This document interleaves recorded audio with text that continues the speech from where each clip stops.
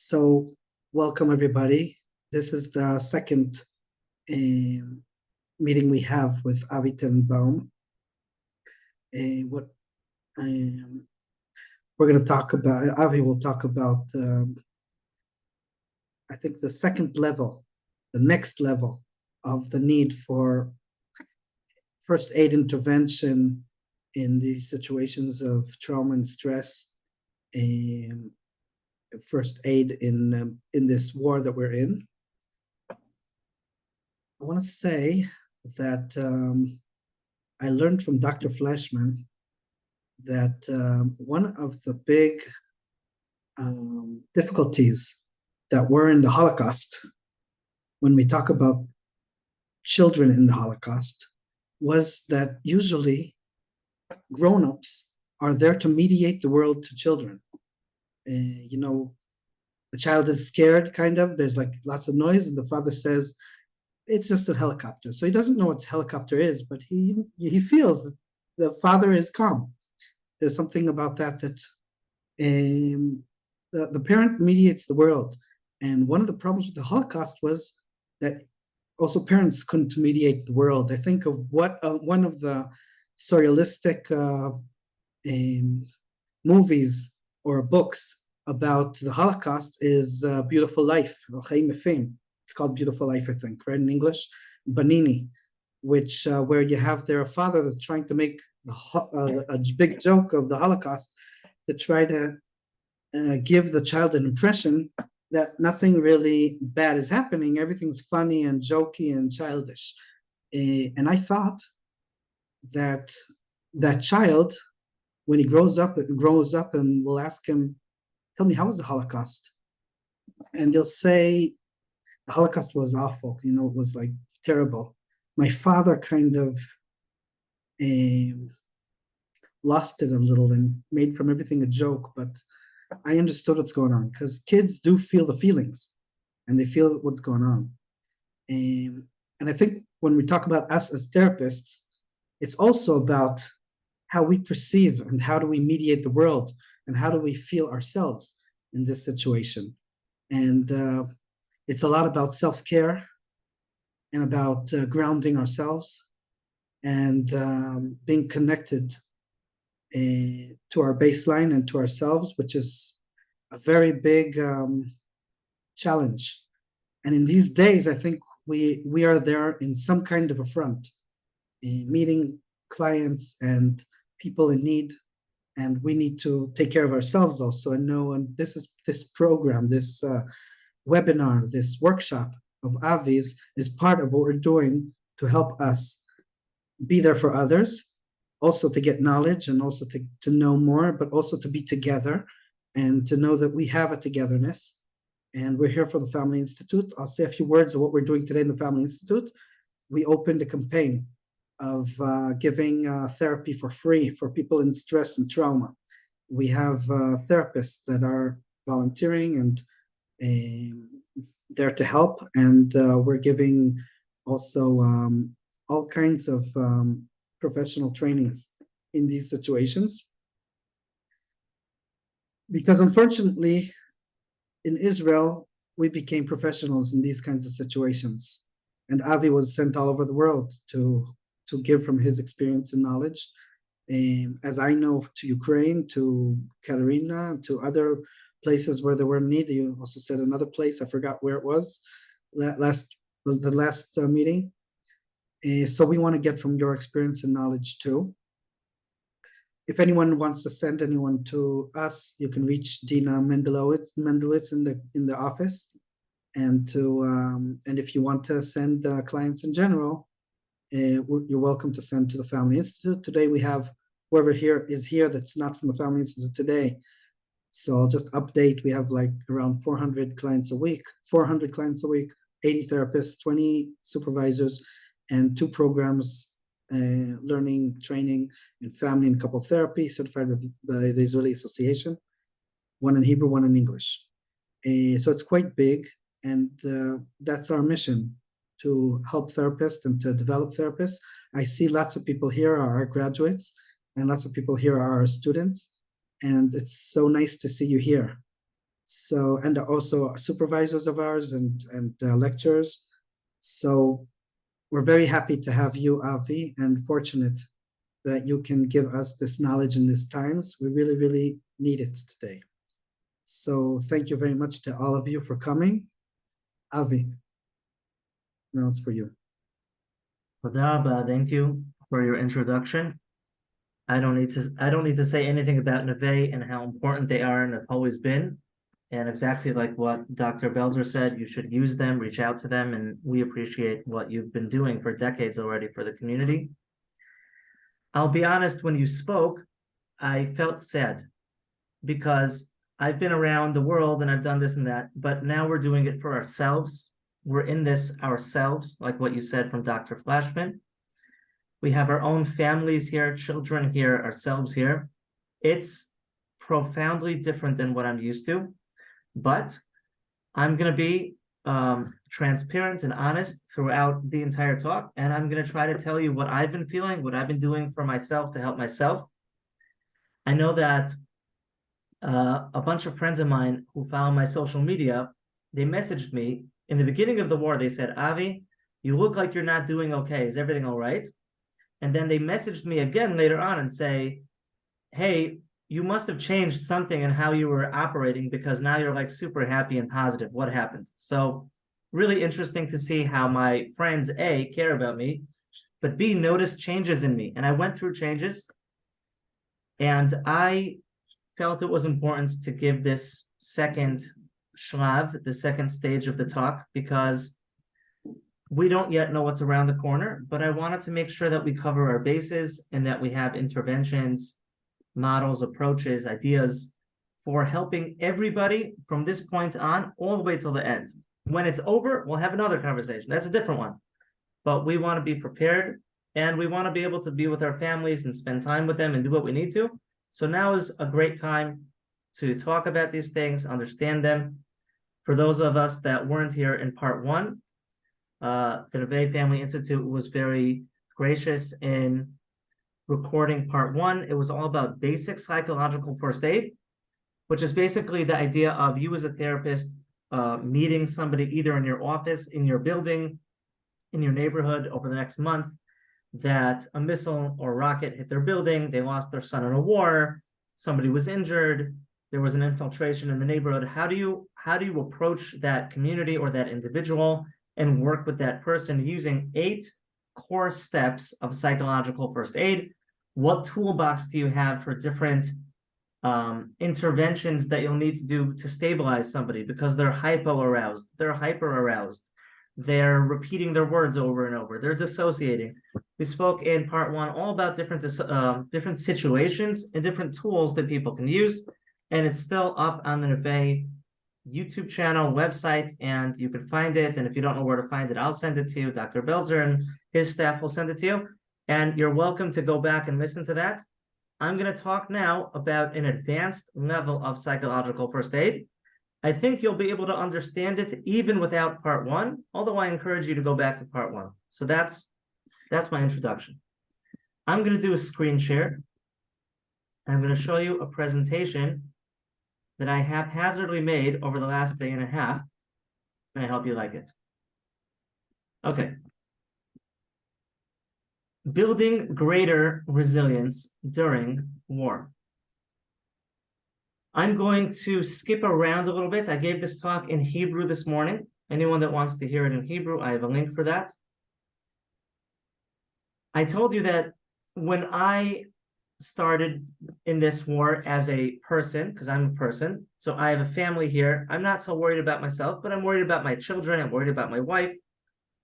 I wanted them to go back to America. They didn't want to. They want to stay with me, and all these sorts of thoughts in my mind. And I had to sort out all these different worries that I had. And like I said, part of this presentation is about me personally, how I used some of the ideas that I talk about to help myself. So I spoke to my rabbi. I'm not going to say now what he said, but maybe at the end of the talk, if you want, I'll go back and tell you what he said. But the reason why I put this in the presentation was because if you're serving religious people, spiritual people, then it's important to remember that the beliefs that they have are faith-based, and of course, it's legitimate as a professional to encourage them to talk with their spiritual leaders and sort things out in that area, and that often provides psychological relief. And for me, myself, I was very worried about things. I spoke to my rabbi on Shabbos, and he sorted out my whole head, and I felt so good. So maybe later we'll talk about that, but that was important to mention. I started having my own turnaround on Shabbat because I spoke to my rabbi. I had different beliefs, different fears, different cognitions that were plaguing me. I was catastrophizing. And he was able to give me some strength. And then already on Sunday morning on Facebook, I put out this post and people are like, oh, Avi's a different guy. So I wrote, we're getting stronger by the day, stronger together as one. And for me personally, those two sentences, or whatever this is considered, gave me a lot of strength and gives me strength until now. The fact that I'm sitting with all of you, we're all working together to help ourselves and help other people. Our children, our friends are busy raising money, fighting on the front lines, helping as medics and paramedics. Everybody's doing something. They're doing something in the political call for action space. Whatever it is, everybody is together, united. And I don't feel overwhelmed. I see day to day the amount of coordination, synchronization, and unity, and it's been giving me tremendous power as a person going through this to keep going. So I wanted to share that. This is important. I'm going to mention this for a moment. Part of why I wanted to make part 2 of the talk is I'm going to teach you an American model of psychological first aid, which is advanced, and it's called SPR, and we're going to get to it soon. And I'm going to talk very briefly about some security concerns beforehand. And the reason why is because I've been getting WhatsApp messages and emails every single day from people in Israel, mothers, fathers, teens, saying, we're all going to be slaughtered. I'm so afraid. What if all the people come and invade us? What will we do? I don't have a gun, all sorts of things. Avi, can you please talk about this? Okay, so I had a profound experience on, I think it was Sunday night, and I want to share that with you because I think it's valuable for this discussion, and then we're going to go into the SPR. So I wear several hats when I'm not teaching people about disaster behavioral health. So I volunteer in the police, I volunteer in Hatzalah. So I did a police shift Sunday night. First of all, it's very, very interesting to be a policeman during a war. It feels different, and you know that you are the guy on the front line of defense if something goes sideways. It's daunting. Usually in a police unit, we have 6 to 12 people going out with police cars protecting Jerusalem. Jerusalem is split into 2 halves. On each half of Jerusalem, you'll have maybe 4 to 8 police cars. So I'm in the south side of Jerusalem when I do this work. And when I sat down in the shift Sunday night, we had 30 people. We didn't have 6, we didn't have 10, we had 30. It was powerful.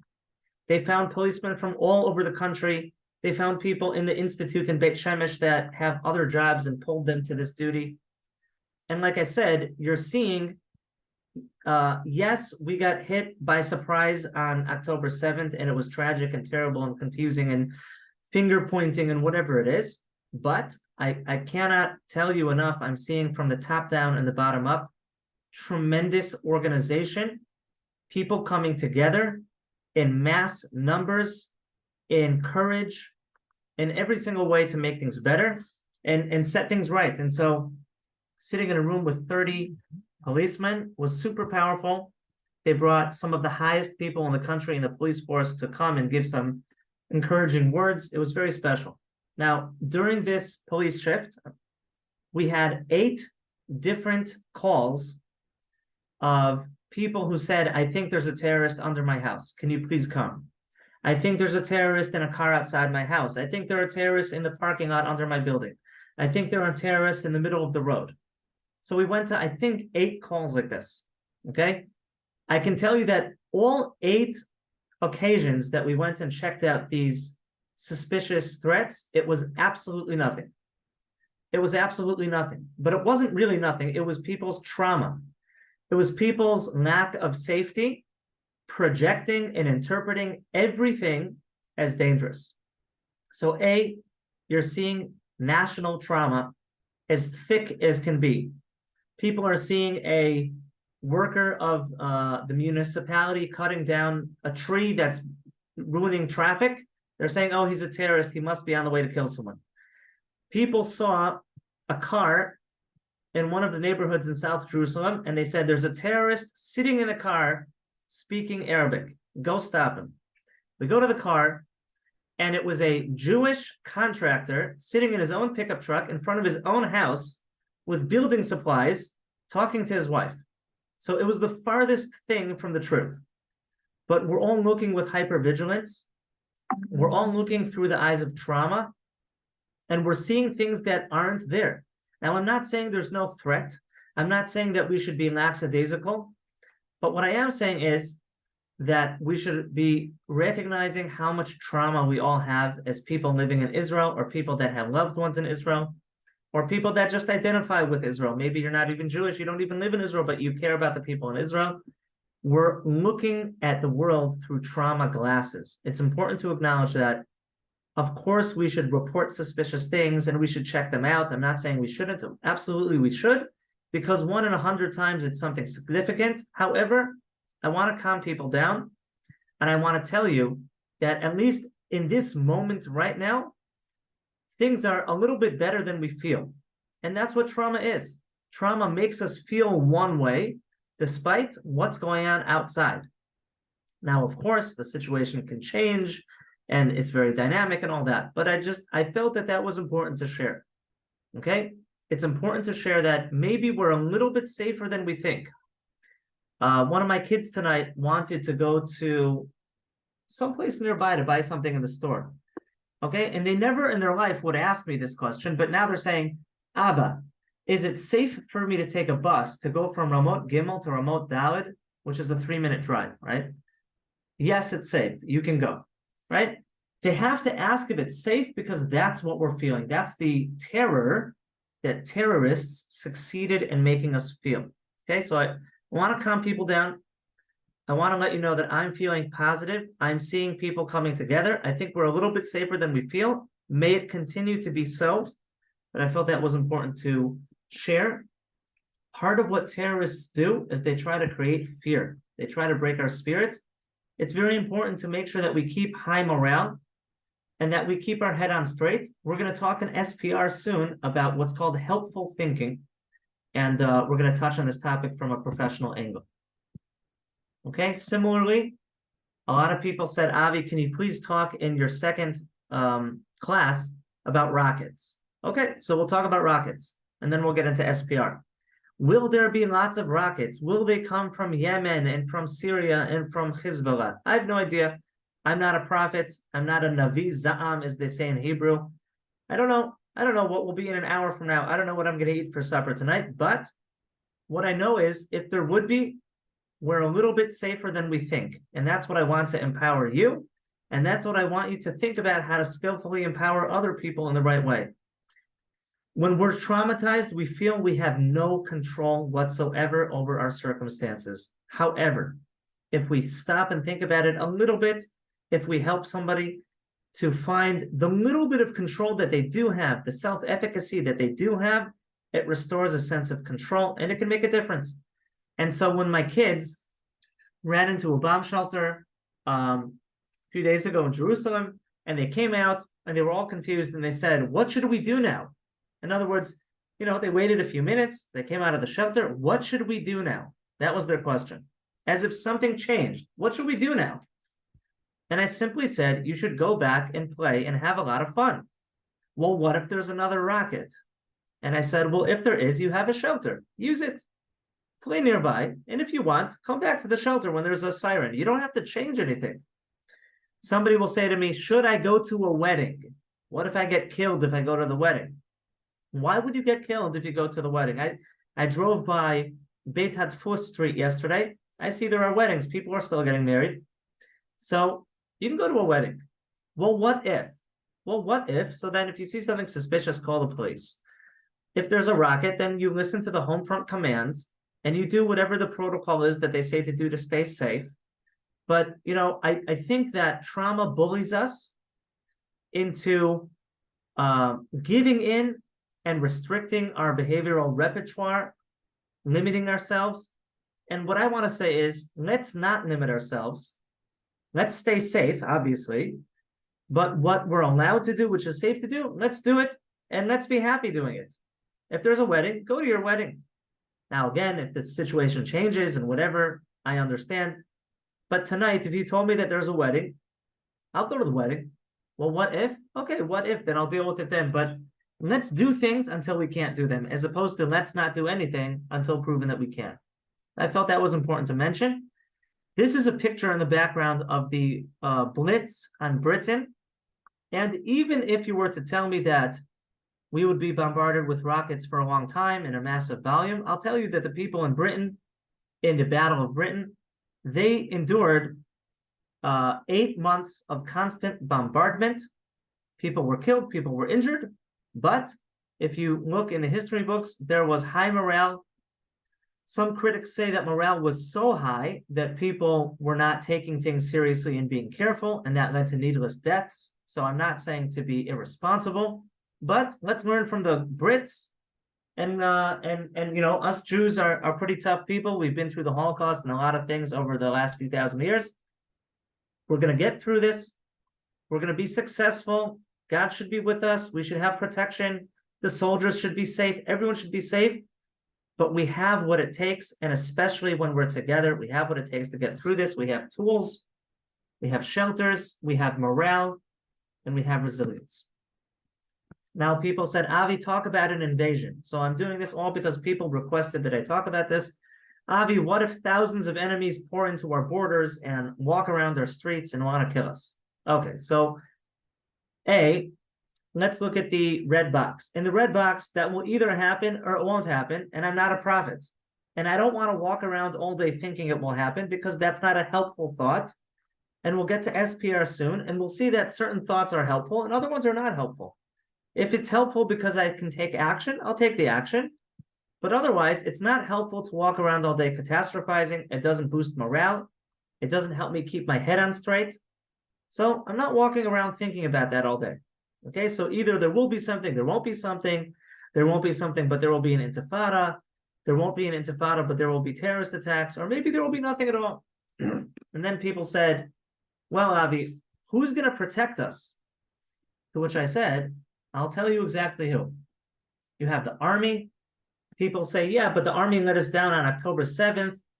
Our trust and authority has been shot. Somebody said that to me this morning. Our trust and authority has been destroyed. We outsourced our security to people above us, and they weren't there. They weren't there. They didn't answer the call. So I'm not into finger pointing and conspiracies. I don't know. I don't care. And it's not the time. But what I could tell you, just from my little vantage point as a little person, is that I've been involved in the Kitot Konanut, in the response teams. I've been involved in the police. And I can tell you that there's a lot of really, really good people out there that are putting themselves out there. Some of them are our children, our family, our spouses. They're doing fantastic things to set things right and make people feel safe. And I'm going to keep saying that. I see it's true. I feel it's true. It's from the top down. It's from the bottom up. So somebody said to me this morning, well, what, you're going to go tell everybody with trauma that there's lots of people out there protecting them and then they won't have trauma? No, I think that we're still going to be nervous. We're going to be anxious. And of course, that's understandable. But if you thought for a moment that we're all left out in the cold to die, it's not true. It's just not an accurate thought. There's a lot of really great people and measures in place to protect us. And sometimes when we do trauma work and acute trauma during crisis, there's information missing, and it's information that helps. And that's what you call psychoeducation, right? So this is like psychoeducation. Will this take away people's trauma symptoms? I don't think it necessarily will. But if somebody was missing this information and this helps them, maybe there's somebody like that, and that's why I'm talking about it. You have the army on the outside of the borders. You have the border police, the Mishmar HaGvul, on the borders. You have the police inside the borders, right? Because police do internal security, the army do external security. The border police work in the middle. This way, everyone legally operates in the space according to the laws of Israel. You have police kitot konanut, which means that police stations are making their own response team on top of the police out in the field. They have an extra team sleeping on cots, sitting around waiting for if they would be needed, okay? You have general police all over the country that they fix things that are broken, and they run shooting ranges, and they work in logistics. But for our purposes, they're policemen, they're full policemen, they have guns, and these people, and anytime there's a terrorist attack in Israel, these guys are somehow driving by. They just came from picking up some papers and they shoot the terrorists. So we have those guys around. So they're not on patrol, but they're flying all over Israel, doing their work, and they're available to help us. You have Ben Gvir's riflemen. Ben Gvir gave out long guns to all sorts of people who are not in Miluim, and they're not in the army, but they're in the neighborhoods, and they used to be a rifleman in the IDF. Okay, so certain levels of people that are trained on rifles, they're not serving the IDF. They're sitting in Harnof, they're sitting in Arnona, they're sitting in Beitar, Beit Shemesh. So Ben Gvir is giving them rifles, and they're working with the police to bolster security. Then you have people with pistols. I figured if there's a word rifleman, I can invent the word pistolman, so I invented that one today. And those are people that are working under the local community centers like the Matnas. There's a community policeman called the Mashak, and the Matnas with the Mashak are finding all the armed citizens in every neighborhood and putting them together in a WhatsApp group, and chas v'shalom, in the craziest Armageddon scene that you can imagine in your worst nightmare, they would be available to be mukpats, to go and respond. And then you have security guards, and you have all sorts of other people lurking all around Israel that have guns. Maybe they're not officially part of any sort of unit, but they're around. The reason why I took this time to talk about this is simply because we're not left out in the cold. We have people that are from our own neighborhoods, invested in protecting their own families, doing a lot of good things. So you should know that. I've said it, and now I'm going to move on. By the way, if anyone has any questions along the way, you can ask. I just want to get through these things really fast and start SPR, which is the psychological part that I'm looking forward to talking about. Okay, now, as far as I know, the Home Front Command put out protocols about how to deal with rockets, which are very important to know, very important to keep. It saves lives. I don't think they put out a protocol about terrorist infiltrations, and maybe we won't even have any infiltration again, and this is just silly that I'm even talking about it, and I hope that's the case. But I have a friend whose name is Boaz Bar. He's a very important person in the security community in Israel, and he put out protocols in English, Hebrew, and French about what to do in a Sderot situation where a bunch of bad guys roll in trucks. What do you do? Now, when you're hearing Avi talking about this, this might make you upset and nervous, and I understand, because I'm confronting you with scary ideas. I get it. But for some people, this can protect them physically, and it might even empower them, and they'll feel, there's something I can do. Even if that situation comes, we can close the doors and the lights. We can put heavy objects in front of the door. We can make sure to be quiet and wait until the police and army come, right? So whatever it is, I'm happy to share this with you later. But there are things that we can always do, even in dire situations and rockets, infiltrations, to make ourselves safer and be more okay. All right. Here we go. I am now ready to start the psychological part of this talk. Here we go. I have a colleague who's a very big expert in psychological first aid in the south of Israel, and she runs the Merkaz Chosan Haben Le'umi B'Sderot. She lives in Ashkelon. She's an IDF veteran. She's a clinical social worker. She's a mother, and I like working with her. And I've listened to a few of her talks, and I liked the questions that she asked in one of her talks, and I'm going to share some with you. And you can use these with clients. And then we're going to learn SPR. So imagine that we as a country move further into this situation that we're in. Maybe we go in to invade Gaza. Maybe other people try to invade us. Who knows what's going to happen? I don't know. But imagine people are displaced And in fact, even now, people are displaced. People from the south and north are displaced. Imagine if people have so many rockets that they're busy sitting in their community bomb shelter most of the day. I can tell you that we don't have a mamad, but we have a big building with lots of families, and we have a big miklat. And imagine we're all sitting in this miklat several hours a day with all of our neighbors, and we're not with our clothes, and we're not with our food, and we're not with our toys, we're not with our offices. And it doesn't feel so good. And in a way, we are displaced people. And so Ayelet Shmuel said, you can ask somebody who's struggling with this the following question, okay? How could you recreate a little bit more of home now in this situation, right? Imagine that building is destroyed by a rocket, and that family has to stay in the community center now until they are relocated. Then imagine you have 4 families or 10 families like this in the local community center in your neighborhood, and they don't feel that they're at home. They feel they don't have privacy. They feel that they just don't feel comfortable, and they don't belong, and they don't fit in where they are, and people are walking in and out, and there's a lot of noise, and they feel lonely. They feel away from home because they are away from home. And so we can ask them, can you think of something to do in this shelter that you're in now to help you feel a little bit more at home right now? So it's a cute question. It can orient a person to think about what makes me feel a little bit more at home, a little bit more comfortable. This is a little bit more personalized, that type of thing. Okay. Another question that Ayelet asks people is, what is your goal for today? Imagine you're working with somebody who's very, very overwhelmed. They're very overwhelmed. Maybe their son is in Miluim. Maybe they aren't working for a few weeks and they don't have any money. Maybe they're very worried about rockets hitting their family. There's multi problems going on as we go into this conflict, and they're just overwhelmed and shut down. And so Ayelet will say, what's your goal for today? And if they're able to, you can ask, what's your goal just for this week? Or what's your goal just for this month?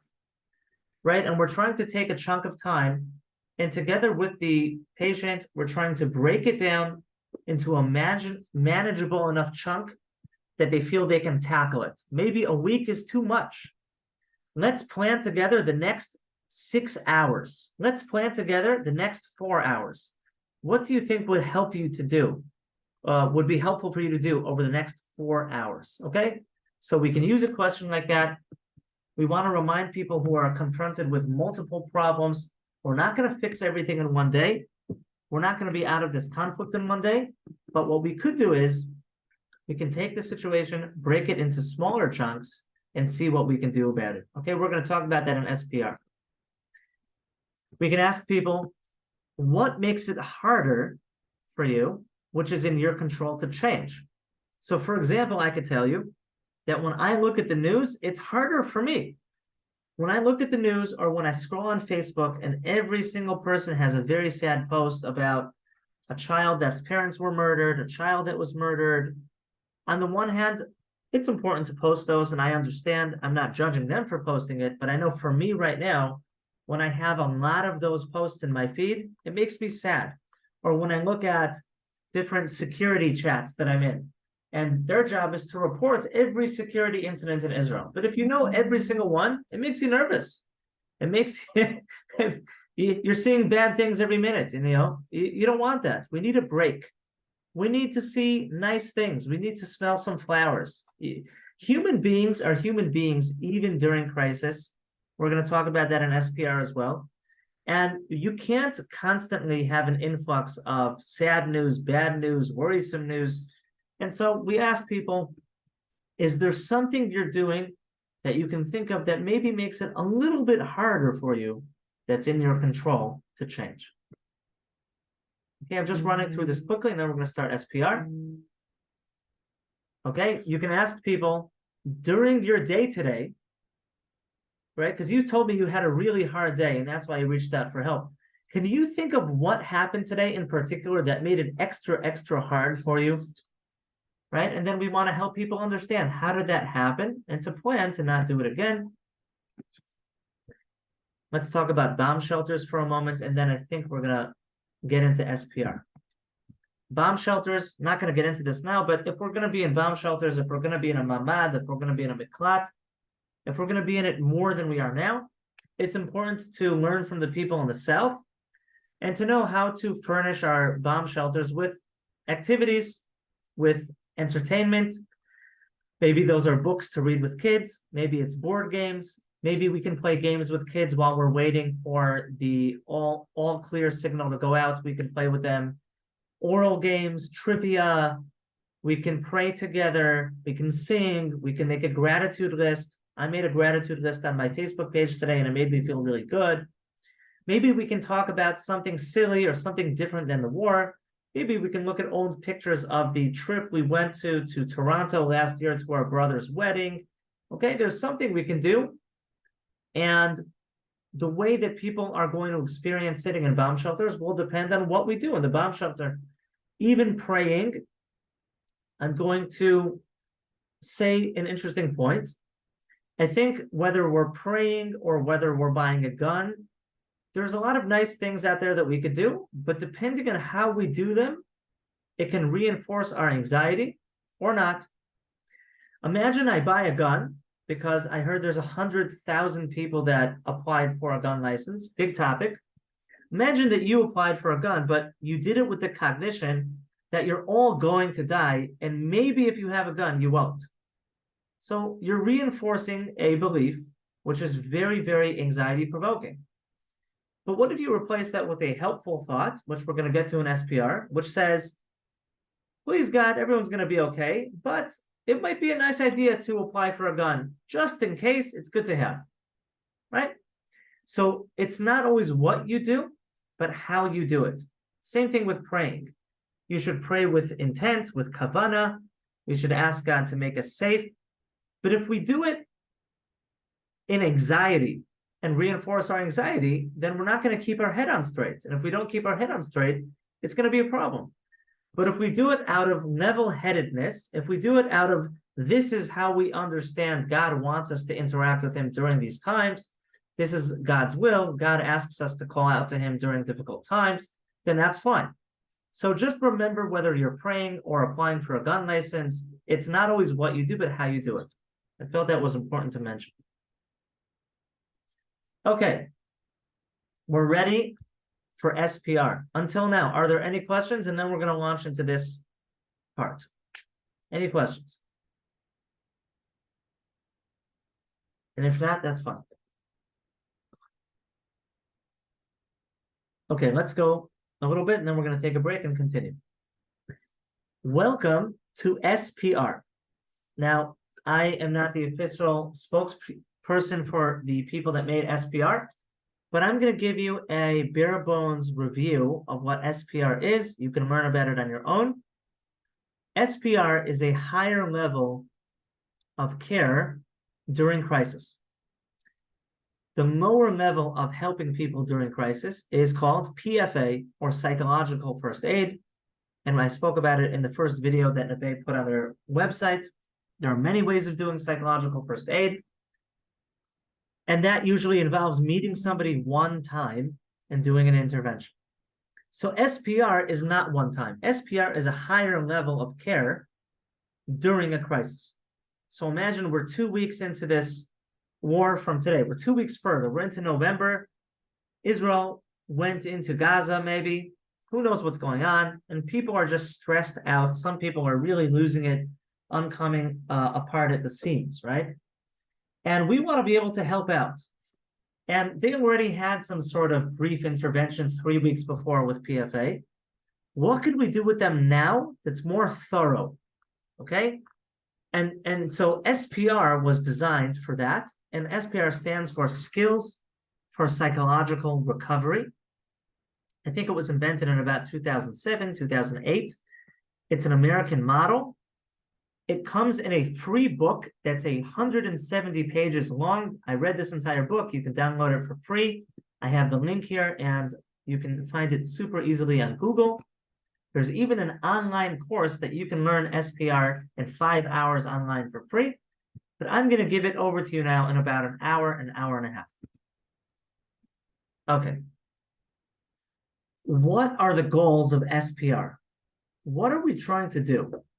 We said in the first video, during crisis, we're not trying to make people happy necessarily as if it's a Hanukkah party, because a war is not a Hanukkah party.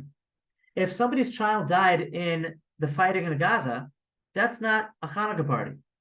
If somebody's worried their child will die, that's not a Hanukkah party. And so we're not trying to be like what Dr. Belzer was talking about before from the man in the movie, where we're just making a big joke of everything and pretending it's not true. We're sugarcoating everything. We're living in delusion. No, things are challenging and they are difficult, but we're going to rise to the occasion, right?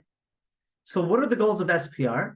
The goals are to, number one, maintain the mental health of the people we're working with. Number two, enhance their ability to meet their own needs, because people who are under crisis are confused, they're overwhelmed, and it's very hard for them to think. Maybe they're very depressed, maybe they're very sad, they're very worried, and for whatever reason, it's harder than usual for them to help themselves. So we want to maintain people's mental health. We want to help them learn how to analyze their own issues and help themselves. We want to teach them skills, particular skills, to enhance recovery in individuals and families.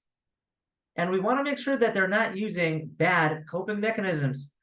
Okay, I worked with a few people since the beginning of the war that are heavily drinking alcohol in order to cope with the situation. And I don't need to explain to you why that might not be a good idea. It might help in the short term, but it creates more problems in the long term. And so we want to help people learn new skills and help them to stay away from bad coping techniques. Okay, so those are the goals of SPR. It's to take somebody in a tough situation and help them be as functional and as resilient as possible. It's not meant to make it a birthday party, because it's not a birthday party, but we're tough people, we're a tough nation, human beings are tough, and we want to enhance people's ability to be as resilient as possible within a challenging situation, without them deteriorating because of what's going on. Okay. So SPR has 5 specific skills, and these are the skills. Okay. One is problem-solving skills. I want to be able to work with a survivor in this war and help them look at their problem and see how the problem is really made up of many little problems. Maybe it's made up of 4 problems, and maybe we can help solve 2 of them. Okay, so it's a complex approach to problem solving, and that's a skill. That's going to be one of the 5 skills that we're going to teach people in SPR. A second skill is we're going to teach people how to do positive activities to help themselves. What does that mean? What it means is very simple. As human beings, even without a war, you and I do things every week to help ourselves feel happy. We meet friends, we go out for coffee, we knit a sweater, we paint, we listen to music, we go out in nature, okay? And now because of the war, whether it's because it's not safe, whether it's because we're busy, whether it's because we're not in the mood, we're not engaged in the regular things that we do to regulate our positive emotions and to feel good and to feel connected and to feel that we're a part of something meaningful. We're just not doing it. And so we want to help survivors to pause and realize maybe that they're not doing that, and help find ways, even in a bomb shelter, even in a war, to increase their intake of positive activities within reason. Okay, so we're going to talk about the details of these things, but that's the second skill that is understood by experts to help people in crisis to feel better and to not unravel in a prolonged crisis like a war. Okay, the third skill is managing reactions. Look at everyone's reactions. Look how people are afraid to go outside.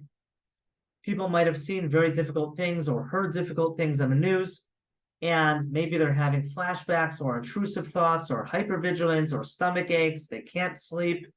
They won't get out of bed. We have all these different trauma reactions. And so the third skill of SPR is, can we learn about our trauma reactions and how to better manage them? how to anticipate them before they come and prepare, how to manage them while they happen, and how to recover from them after they happen. Okay, so we're going to get into the details of that as well. The fourth skill of SPR is promoting helpful thinking. Helpful thinking. For example, when the war first started, I couldn't stop thinking every time one of my kids spoke to me, this is the last time I'm ever going to speak to my child. And that's a very sad thought to have. But those were Avi Tenenbaum's automatic thoughts that my mind was creating, okay? And that dampened my mood, and it made me have a feeling of dread, and it made things heavy and difficult for me, and my friends picked up on it.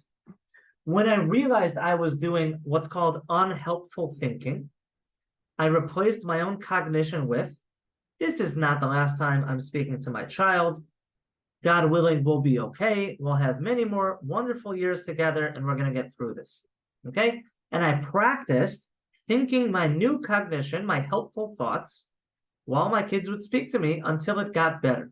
Okay, so we're going to talk about that topic. If you're a CBT person, then all these different ideas are familiar to you, but I'm just giving it over as if it's SPR and we never heard of CBT. Building healthy social connections.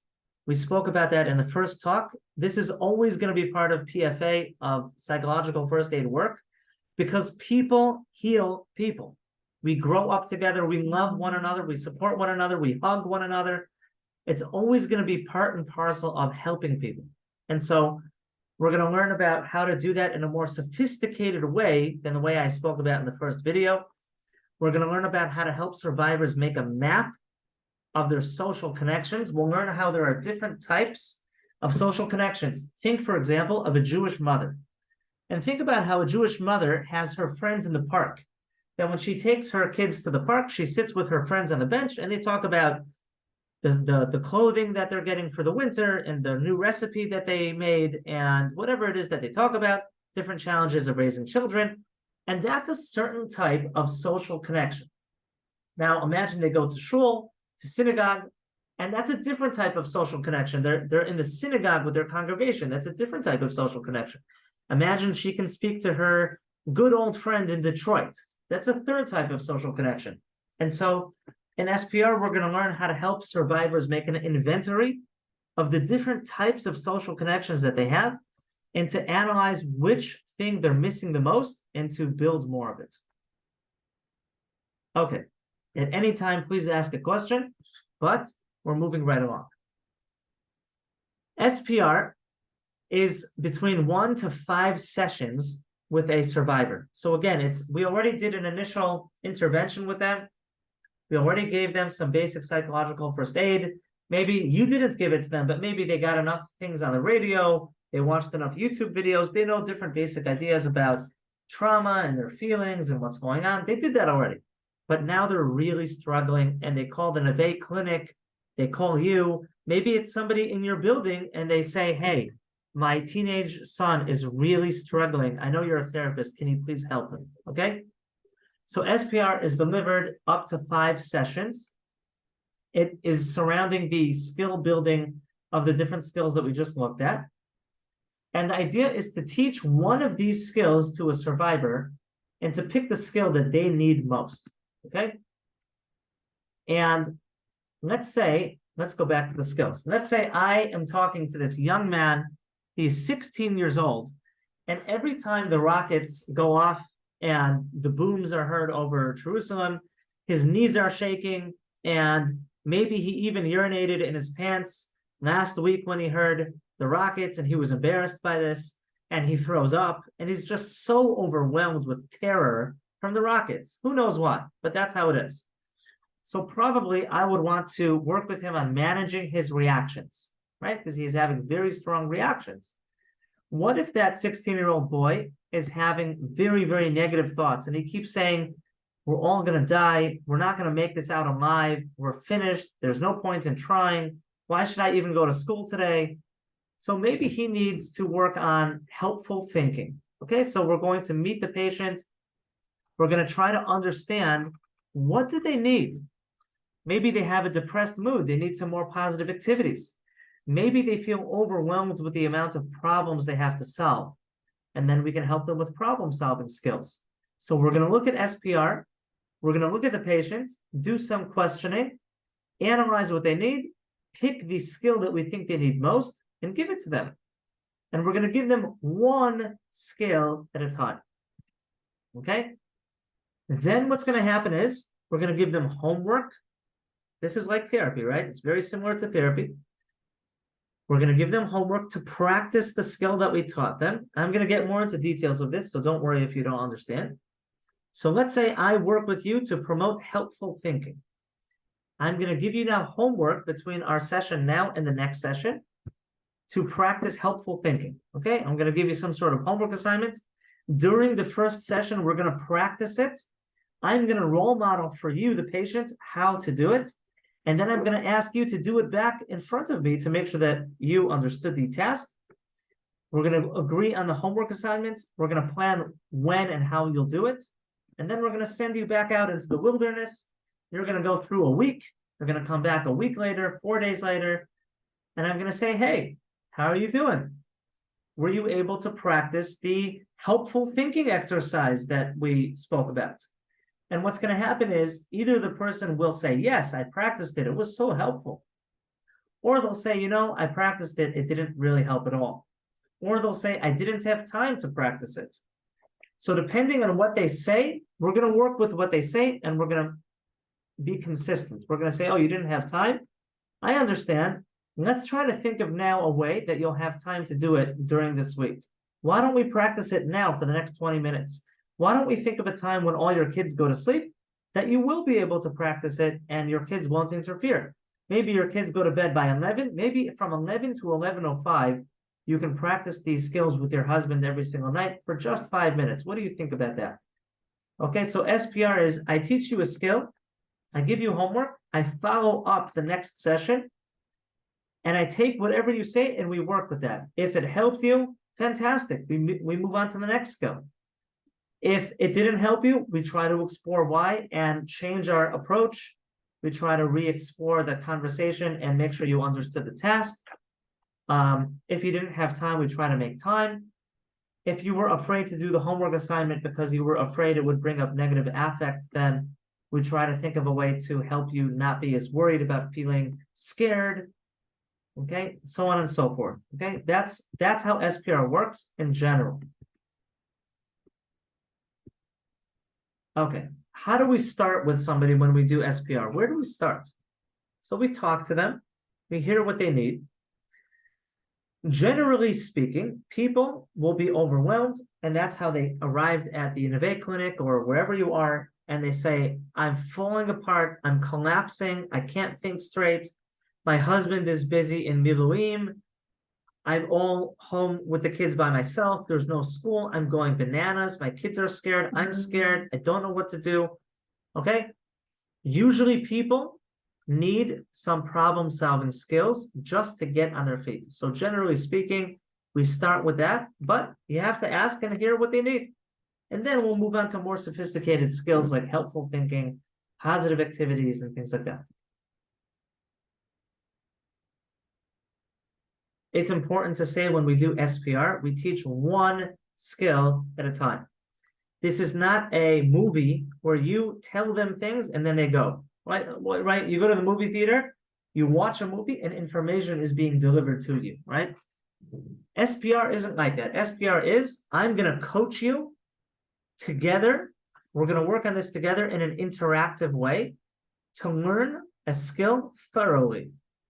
We're going to work on just one skill. And once you get really good at that skill, then we can consider going on to another. Okay, it's important they say here that if you're making meetings with people during crisis like a war, always keep the possibility open that you may not get to meet another time. You don't want to trick clients and destroy their trust and authority. So don't guarantee that you'll meet them the next time, and then suddenly your family decided to go back to Muncie, New York, or Boston, and now you let that patient down, right? So always keep that in mind when you're talking about setting up another meeting, that please God, as much as I'm able to, time permitting, I would really like to meet with you next Tuesday. Please check beforehand. Please understand if it won't work out, but I'm pretty sure it will be okay, and let's give it a shot. Okay, it's important to take that into consideration. So the experts in disaster behavioral health understand that when you do an intervention like SPR, it's during a prolonged crisis like war, like Corona, and the more skills people learn and the more they do it under your guidance, the better they'll be at doing those skills. Imagine that you want to learn how to play guitar, and I'm going to teach you how to play guitar. The more time you spend with me learning how to play guitar, spending time with me, and I coach you, then the better you'll end up being how to play guitar on your own. Okay, so that's how SPR works as well, because it's skills, and people will learn skills with enough time. Everything that we're going to talk about can be done for groups on a general level and individually tailored for people that you're individually working with. Okay, that was the introduction to SPR. Here's getting our hands dirty. Now we're going to say, okay, I have a patient in front of me. How do I start? So here's how you start. You ask them questions like, what's bothering you the most right now? Is there an issue that we need to deal with sooner than other issues? Or is there one problem that seems to get worse every day? Is there a particular problem that if we solve it, it might help solve some of the other problems? Let's take a mother whose husband is in Miluim, and she has 3 kids.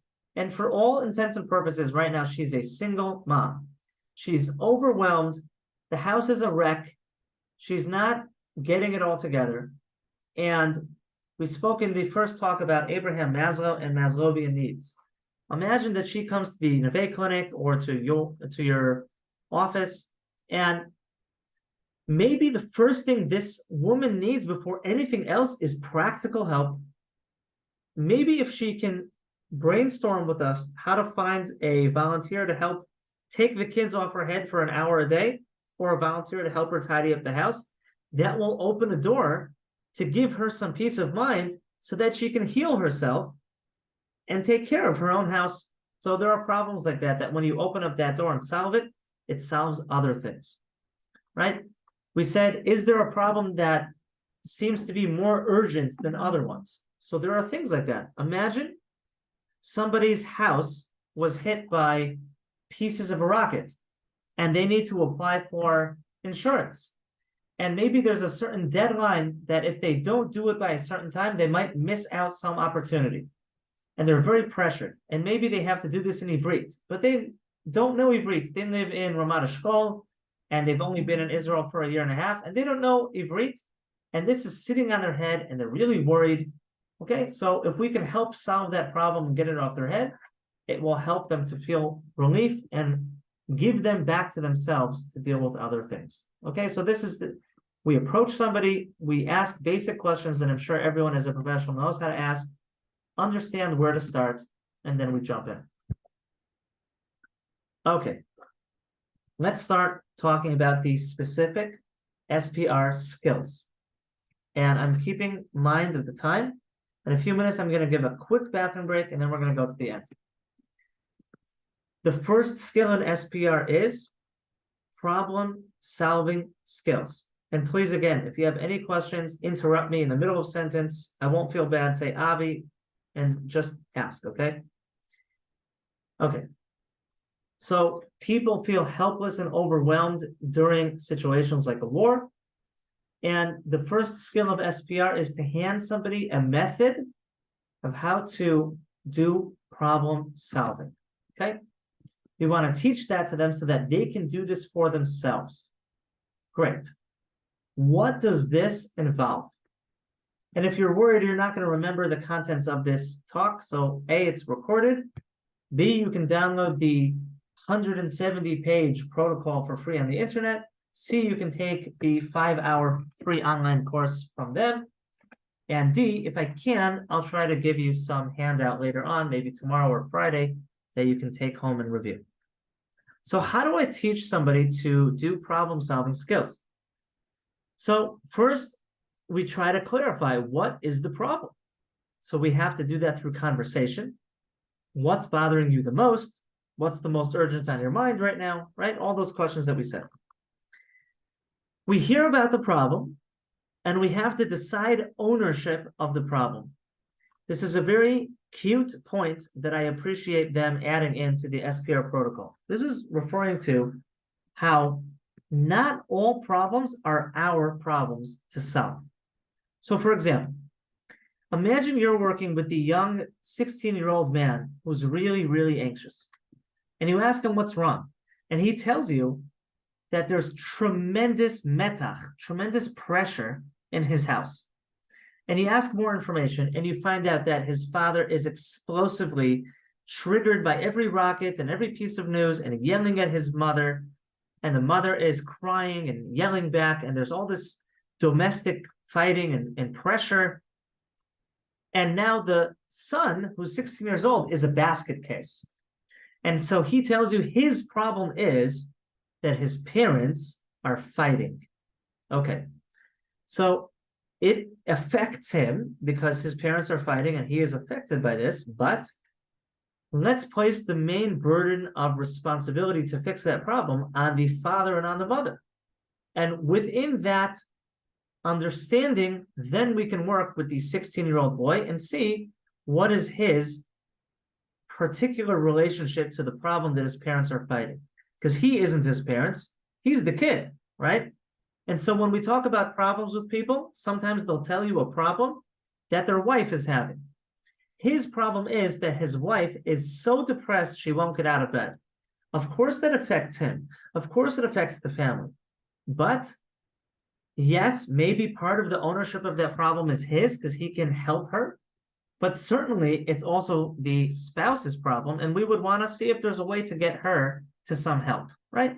So that we can help her directly, or somebody else, a colleague, can help her directly. And now I'm going to help this man whose wife is depressed, taking into account that his wife needs to help herself with somebody, and I'll help you with your part in helping your wife, okay? So it's important when we talk about problems to decide ownership. I thought that was a cute point, and it's important. Okay. We understand somebody's going through a big problem. We try to understand their relationship to the problem and the ownership. We try to set a goal with them. Okay, what's your goal? My goal is that my wife shouldn't be depressed, right? That's a challenging goal. So we have to try to clarify, what is a realistic goal? Where are we trying to get to, right?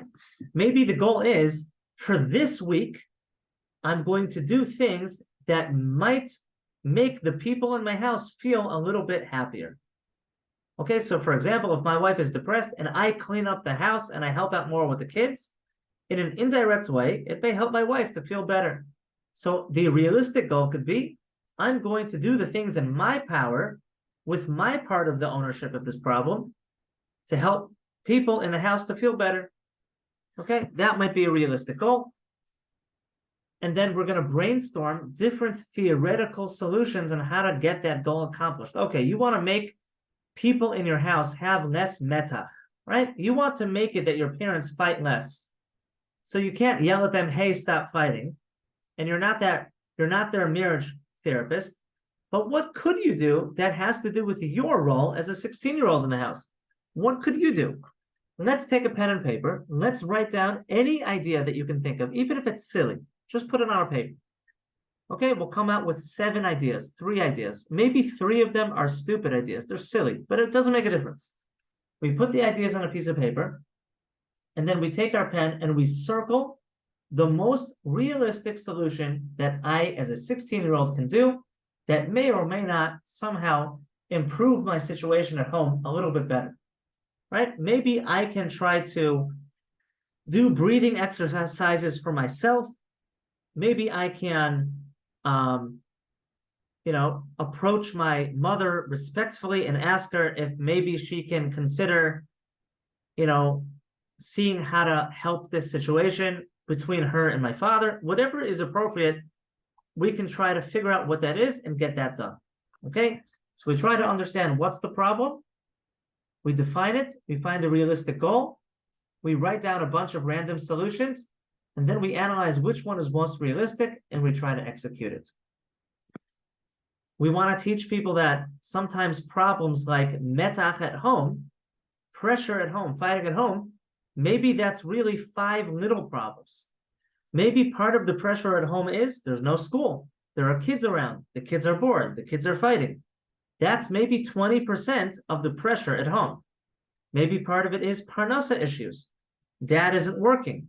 The company isn't selling anything now. Maybe part of the pressure at home is that, we have some sort of person at home who's very, very negative. And if they can get some help with somebody and they can work on not being so negative, it would make it easier for everybody else. So we want to take the big problem, break it down into smaller chunks, and you might find that the big issue is 4 issues. It's 3 issues. It's 7 issues. And then we can solve 1 of them. We can solve 2 of them. We can solve 3 of them. Maybe we can't solve all of the issues. Maybe we can't solve them all at once, but we can solve parts of them in some way. Okay? That's how we do problem solving. We'll ask people, how often does this problem happen? So let's take the example of lots of pressure at home, right? When do you feel there's a lot of pressure at home? What does that look like? If I'm looking at a video of pressure at home, what am I seeing? Am I seeing dad yelling, pounding his fist on the table? Does he look terrified? Are people crying? Are people snapping at each other? What does it look like? Who's involved in the problem? If you ask who is involved, you'll miss the different players. Maybe you'll realize that there's a very particular person that's exacerbating the problem. Okay? How does the problem make you feel? How does the problem practically affect you? Right? These are all questions to help understand the nature of the problem even better so we can solve it even better, right? Okay. Right, when we talk about ownership, it's important to understand there's a difference between me solving somebody else's problem versus me supporting somebody to solve their own problem, right? If my neighbor lost their child in battle, right? He was killed in Kfar Aza on October 7th. And this makes me feel so bad for them because I see that they're struggling, they're suffering, they're in such grief. So it's not my problem to take away their pain in the way that it's not my loss, but it could be my role as a neighbor to be supportive. And there's a difference between me doing empathy and being supportive, me doing sympathy and completely dissolving and losing myself and trying to take their loss away, which may take years for them to solve. Maybe they'll never solve. Maybe they certainly won't even begin to start mourning and grieving their son till the war finishes and their family can get back together and they can have some sort of tekes at the grave. And we're like way, way, way not in that situation. So ownership says it's your neighbor's problem. It's not yours. So don't own the problem. You can be supportive, but don't own it. Don't own it, but you can be supportive. There's a difference between those 2 ideas. Okay. I'm going to finish the green, and then we're going to take a little break, come back and finish the presentation, okay? When we talk with people about their goals, it can be therapeutic and helpful to ask them, okay, your goal is for there to be less pressure at home. Okay, good goal, right? What is the deeper need behind your goal? What do you wish that you had? Right? Because you're telling me you wish there wouldn't be yelling at home. That's a good goal. But what is the goal behind that goal? Do you want there to be a feeling of safety at home? Do you want to feel respected? Do you want to feel acknowledged? Do you want to feel more in control? What are we trying to aim at with your goal of people to stop yelling? Let's say they stop yelling today. What do you want it to get you to? Where are we trying to head to? Okay? So we can ask those questions. We can see what they say. Sometimes they'll know exactly what they need. And with a little bit of help, they'll say, you know what I need?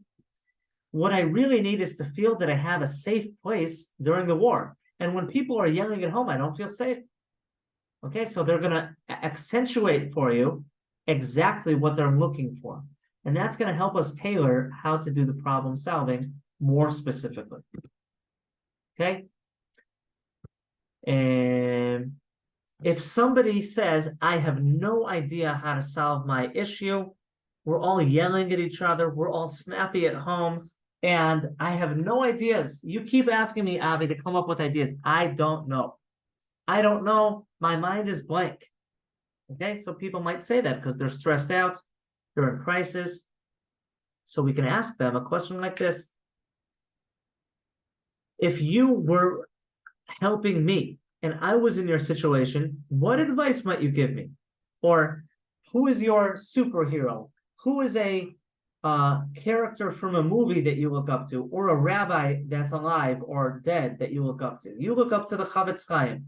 You look up to Rev Sternbach and Har Nof. You look up to Luke Skywalker from Star Wars. Whoever it is, if you were sitting with that person now, if you were sitting with your favorite teacher from high school that you really look up to, and you were getting advice, what advice do you think they would give you to tackle this issue?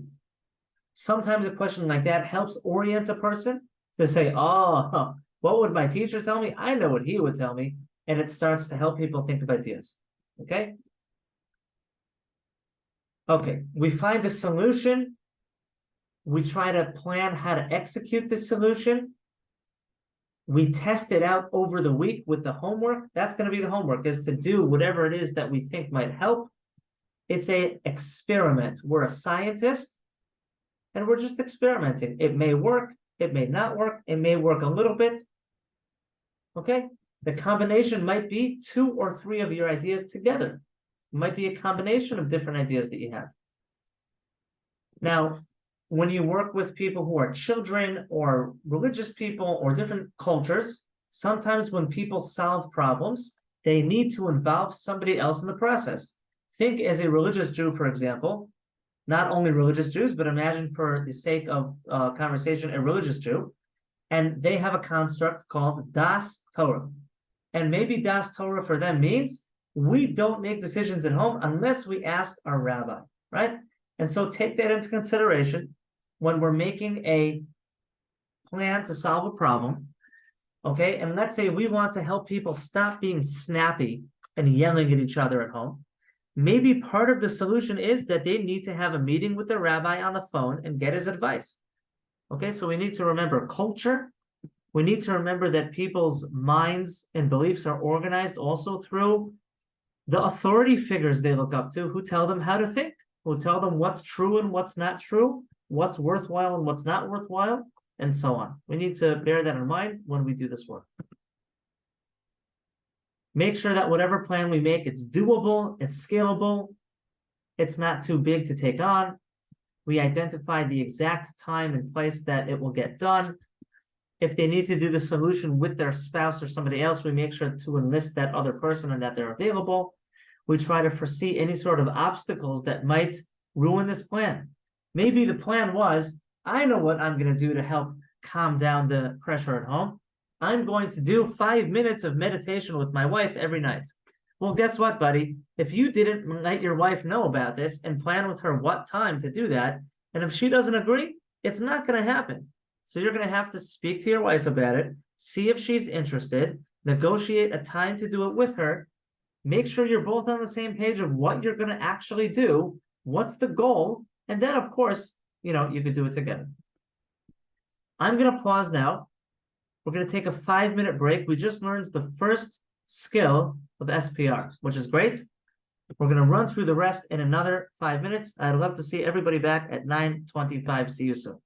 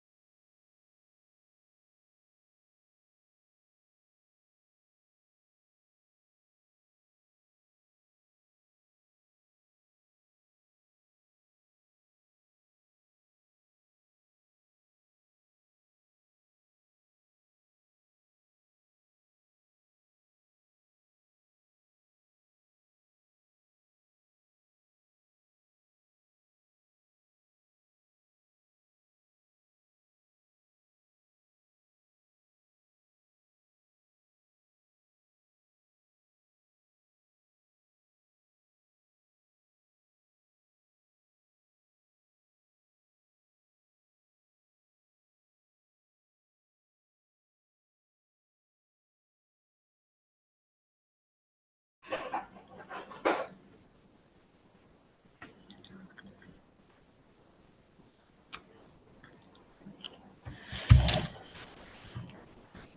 don't hear anything.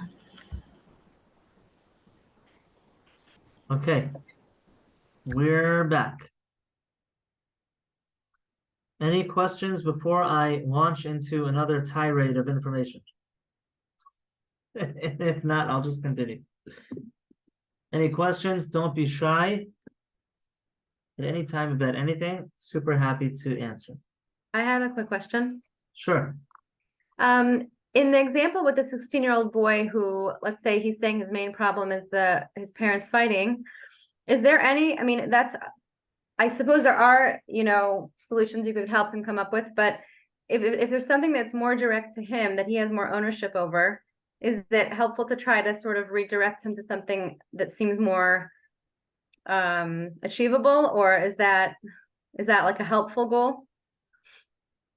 Good question. Look, it's going to depend on what's appropriate for the situation, right? So we can't have him do couples therapy with his parents. We can't have him yell at them to be quiet, but we can have him do things for himself, or we can have him, if we feel this is appropriate, confide to his uncle what's going on, and then his uncle maybe has an influence over his parents and can step in as an adult and check in on them and, help out or whatever we think is helpful. But I think what the idea was talking about is understanding what's realistic and in our control and what's not realistic and not in our control. It's not our responsibility. It's not our burden. I can't make my wife feel better. I can't make my parents stop fighting. There may or may not be things I can do to help myself feel better when they fight, or to involve somebody that they would listen to that would help them, if that's appropriate. But it's not my responsibility. And I think a lot of times people try to take things on that are not theirs to take on. It's not their place, and they won't be successful. And they don't need to own that as well. The fact that my neighbor lost his child in fighting in the war is terrible. And every time that I see him, it's heartbreaking. And I know he's barely functional. I should support him if I can. But I can't take away from him his loss.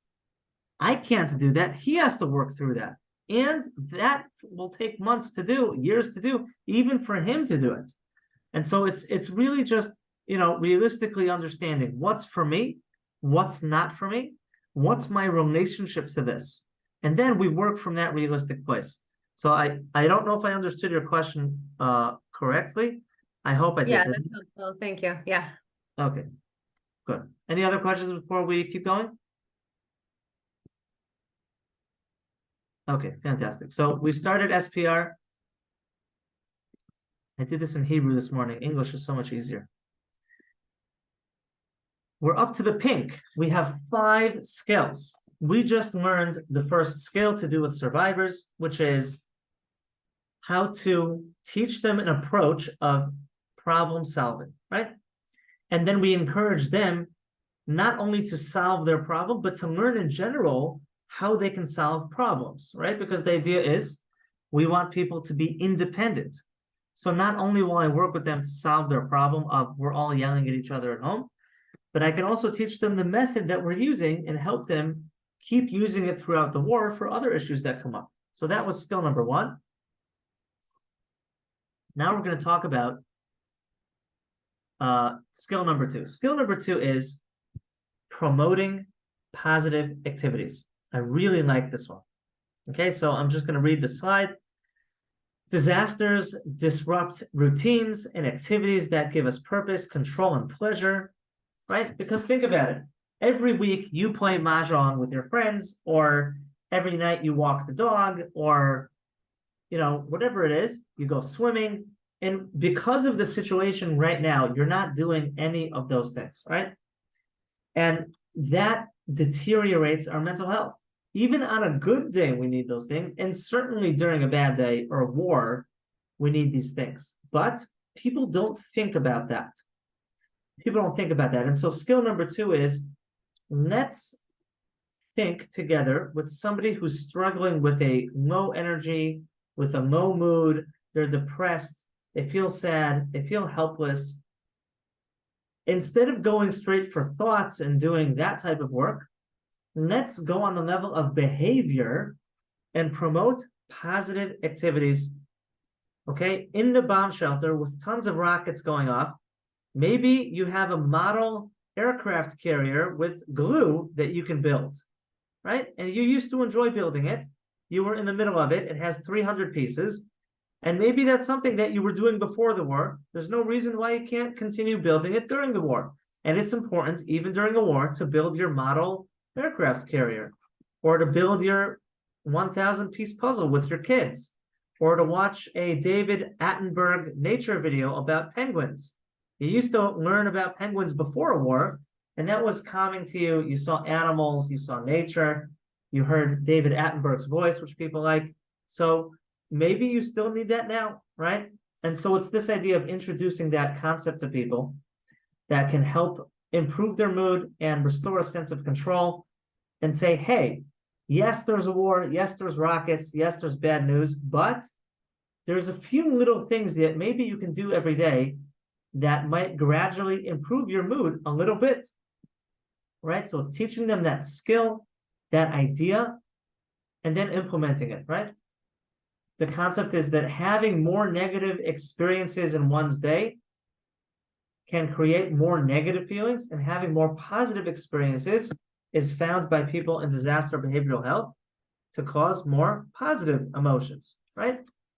So there's a picture in the SPR manual. I don't have it in the slideshow, but it's like a pitcher, that you are like a pitcher. And if I let into my pitcher 1,000 WhatsApp messages a day about how all these militants in different countries are plotting to kill us, and they're gathering on the borders, and there's hundreds of them, that does not make me feel good. That creates negative emotion. But if I take my pitcher and I watch a 5-minute video on YouTube about how people drink their coffee around the world, that fills up my pitcher with something mundane, something different, something positive, okay? So whether it's Torah, whether it's something entertaining, these are really, really important things to do. So we want to fill up our pitcher with positive things, which will in turn create more positive emotion, okay? Now, when we're teaching this as a skill to somebody in SPR, and they have a depressed mood because their army and their country is at war for 6 weeks and they're worn down, so of course they're going to feel not good. And of course, just because you watch a video about penguins, it's not going to instantly make you feel better. Of course, we're not going to sugarcoat how things work. We're not going to mislead people, right? But what it will do is, it might have a very small, gradual effect on your day-to-day experience. And the more that you learn how to introduce more positive activities in your day, and the more you implement them and learn about that and apply that, then over time, you might hopefully see an increase in your mood, a little bit more positivity. You'll feel better, you'll feel more resilient, and be able to get better through this crisis, right? Sometimes people have such low energy, they're so depressed or scared or worried that they need an extra push, right? So we're there to coach them with that. We're there to say, okay, today's session, by the end of the session, we should be able to identify one single doable, pleasurable activity that you can do as a ritual every day from now until the next time that we meet. What will that activity be? Maybe the activity is drinking a coffee or a tea with your spouse every morning for 5 minutes. Maybe that's the activity. I don't know what it is, but that's a nice activity. If we don't stop and think about it and plan it, it's not going to happen. Maybe that's doable, right? And push them, coach them.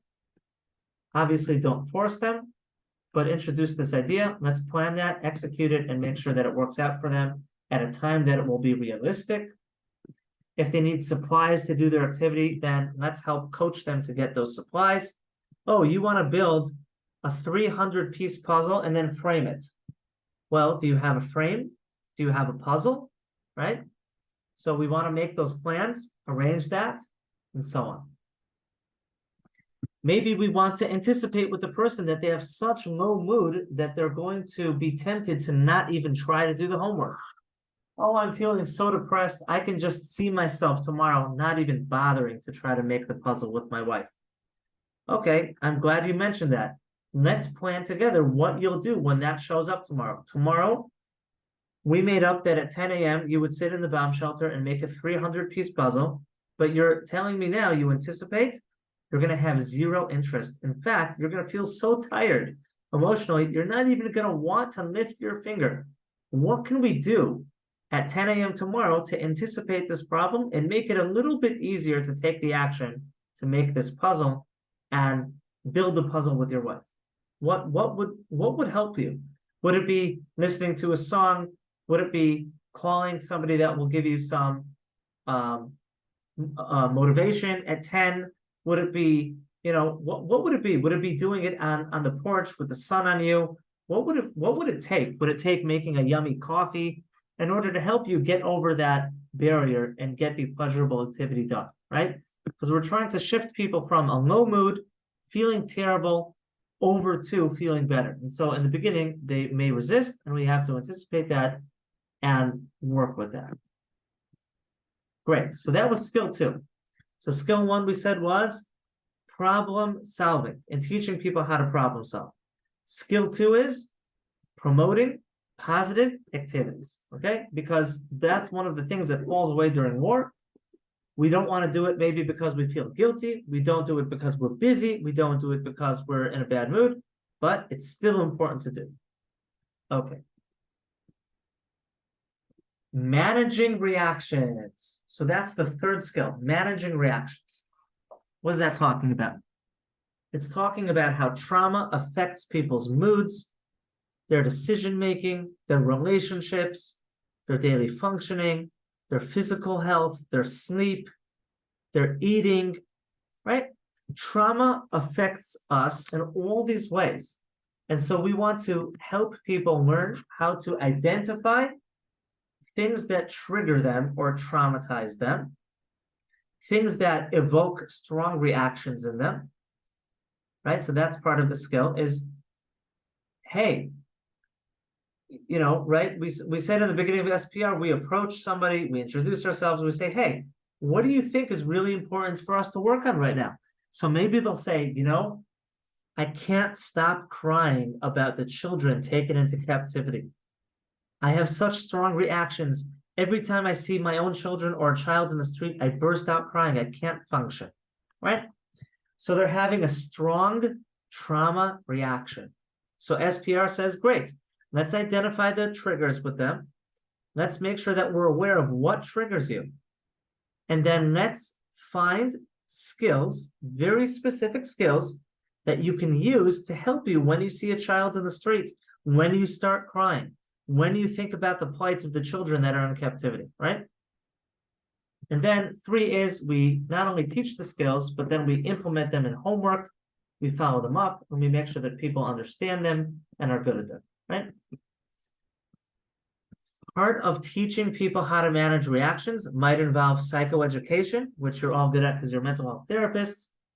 So maybe we're teaching people even before anything what their emotions are. What are you feeling? What's the right word of what you're feeling? Are you feeling sad, scared, worried, angry? What are you feeling? Right? Or maybe the reaction that you're having are thoughts. Is it a memory? It's an image. It's a flashback. Maybe it's something physical. It's in your body. You're having a rapid heartbeat, stomach aches, headaches. Maybe you have tons of energy and you can't sleep. So sometimes people, even before anything else, they need to understand with the right words what they're even feeling when they react. So we might need to start there. Okay, if we're working with children, you can have them draw a person and then they can take a red crayon and they can color in red where they don't feel good, right? We can ask people in conversation, which reactions during this war bother you the most or gets most in the way of you functioning? Which reaction has been the most difficult for you to manage? Which reaction would be the most helpful for you to tackle first? Right? So these questions and any other questions helps lead the person to understand, hey, you know, I really need to work on that feeling of dread. I have dread and I'm carrying it around with me all day. And every time I go outside or pick up my phone, I already approach it with dread and think about how bad it's going to be. And I react and it ruins my mood and it ruins my day, right? Okay. How do we manage reactions? So one time-tested way that we can give people is with breathing exercises. I'm not going to tell you how to do breathing exercises with clients. You all have your own ways of doing it because you're professionals. In SPR, they talk about doing slow, relaxing breaths. You can look in the manual exactly how they lay it out, but everyone has a different way of doing this with clients. But you can use some imagery if you feel it's appropriate. You can say to somebody, hey, let's work on trying to calm you down from all this stress. Tell me, what is the most favorite place for you to go in the world that you love going there on vacation and it just makes you so happy? And maybe they'll say, I love going to the separate beach in Ashdod. Okay? Oh, wow, that's awesome. When's the last time you went there? Actually, I went there with a bunch of my friends last summer. Incredible. So let's imagine for a moment, with your permission, that right now, you and I are friends and we're sitting on the separate beach in Ashdod, and it's a beautiful sunny day. Can you feel the sun on you right now? Oh, wow. Feels so good, right? And can you imagine it's perfect weather? It's not too hot. It's not too cold. And you have a picnic with your friends and all your good friends are there. How would you be breathing on that beach at that picnic? Could you show me what that would look like if you would be there? Would you be breathing rapidly or would you be breathing calmly? What would that look like if you're breathing calmly? Can you try to show me what that looks like? Okay, so we try to evoke from the person to do that breathing. We can try to fix them, help them, lead them. If they need help, of course, we can role model for them how to breathe. By the way, anytime you teach any skill, you want to do it first in front of them and then have them do it back for you. Okay, this way we know for sure that we're on the same page. If we're confident doing it and we don't feel stupid doing it, they won't feel stupid doing it back. Okay, so we try to help them either with imagery or conversation or through role modeling to learn how to breathe slowly and how to relax. Okay, so we can use breaths, and that can be a way to manage reactions. And we can tell them, yes, when you feel very anxious and a siren just went off, or maybe the home front command put out a very worrisome text, like they put out some interesting text today that all people in the Otef of Gaza should be in their shelters right away and have enough things in their shelter to be there for a long time. Maybe that stressed you out, right? So yes, you can do your breathing exercise when you're really stressed out, but I want you to practice doing this when you're not really stressed out. Just like when you play guitar, you're learning how to play guitar, and that's a skill that you want to learn. So if I tell you to only practice playing guitar when you're putting on a performance at a wedding, then yes, it's a sort of practice, but I would rather you practice how to play guitar every day before the wedding. So I want you to learn how to breathe in the way we just showed every day until the next time that we meet, whether you feel stressed out or not. I want it to be a ritual in your day. I want it to be every day at 10 a.m. to 10:05 that you sit down and you just do some really relaxing breathing on your porch. And what that will do is it will help you be good at this skill. And once you practice it 19 times, and then a bunch of sirens go off, you're going to be really good at it. Okay? So we can practice it with people. We can encourage them to do it when they're not yet stressed out. as opposed to only practicing it when they're stressed out. We can use imagery if we want to help people imagine that they're breathing out negative feelings, they're breathing in healing, things like this. Everyone has a different way of doing it. I'm not going to tell you how to do it. So one way that we help people to manage reactions is we get them good at doing relaxing breathing. In the first talk that I gave, we spoke about mindfulness. We can speak about those types of things, body scans, mindful breathing, walking meditation, etc. The sky is the limit, okay? But the point is to pick something very specific, and your job is to teach it to them so well that they're an expert at the very specific thing that you taught them. Because at the end of the day, you're not giving them a interesting psychology class. You're giving them a tool. So make sure you pick one tool and you practice, you rehearse, and you give homework. Okay. Let's talk about writing. Why? Because SPR recommends writing. So that's why we're talking about it. So imagine I'm working with you and you have very strong reactions of trauma. You're very sad, you're very anxious, you're very angry, or all of those, right? Well, we can use a pen and paper to express what we're feeling, right? Maybe it's art. You can use art to express what you're feeling. You can use a poem. You can make a song, okay?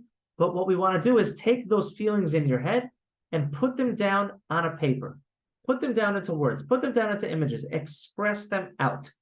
And what that does is it helps us to understand what we're feeling.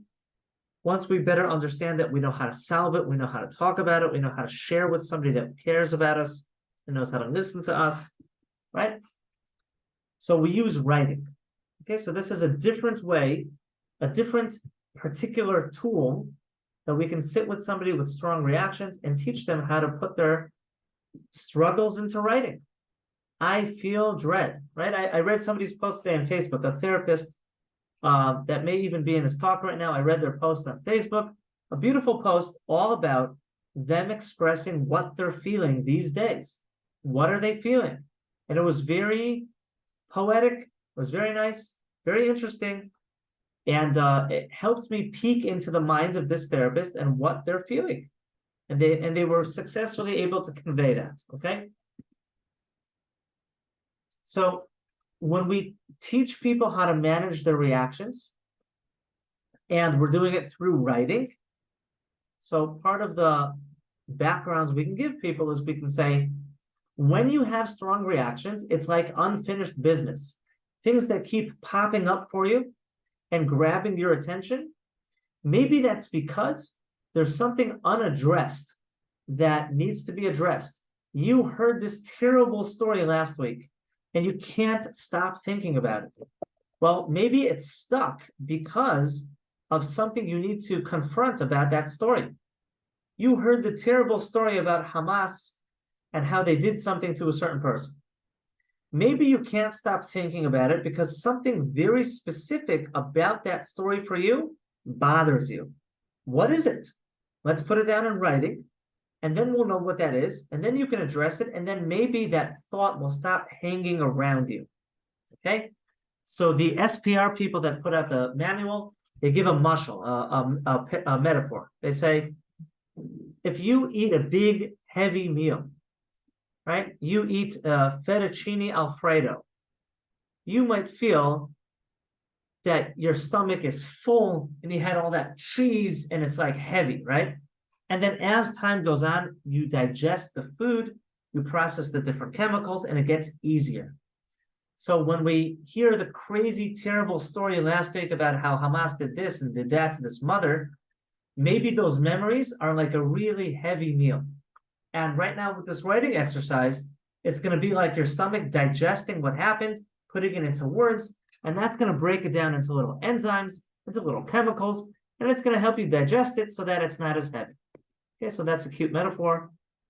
Another metaphor they say is, imagine that your memories are like piles of paper. You don't want to deal with all this paperwork, so you shove them inside a closet and you slam the door shut before they all fall out.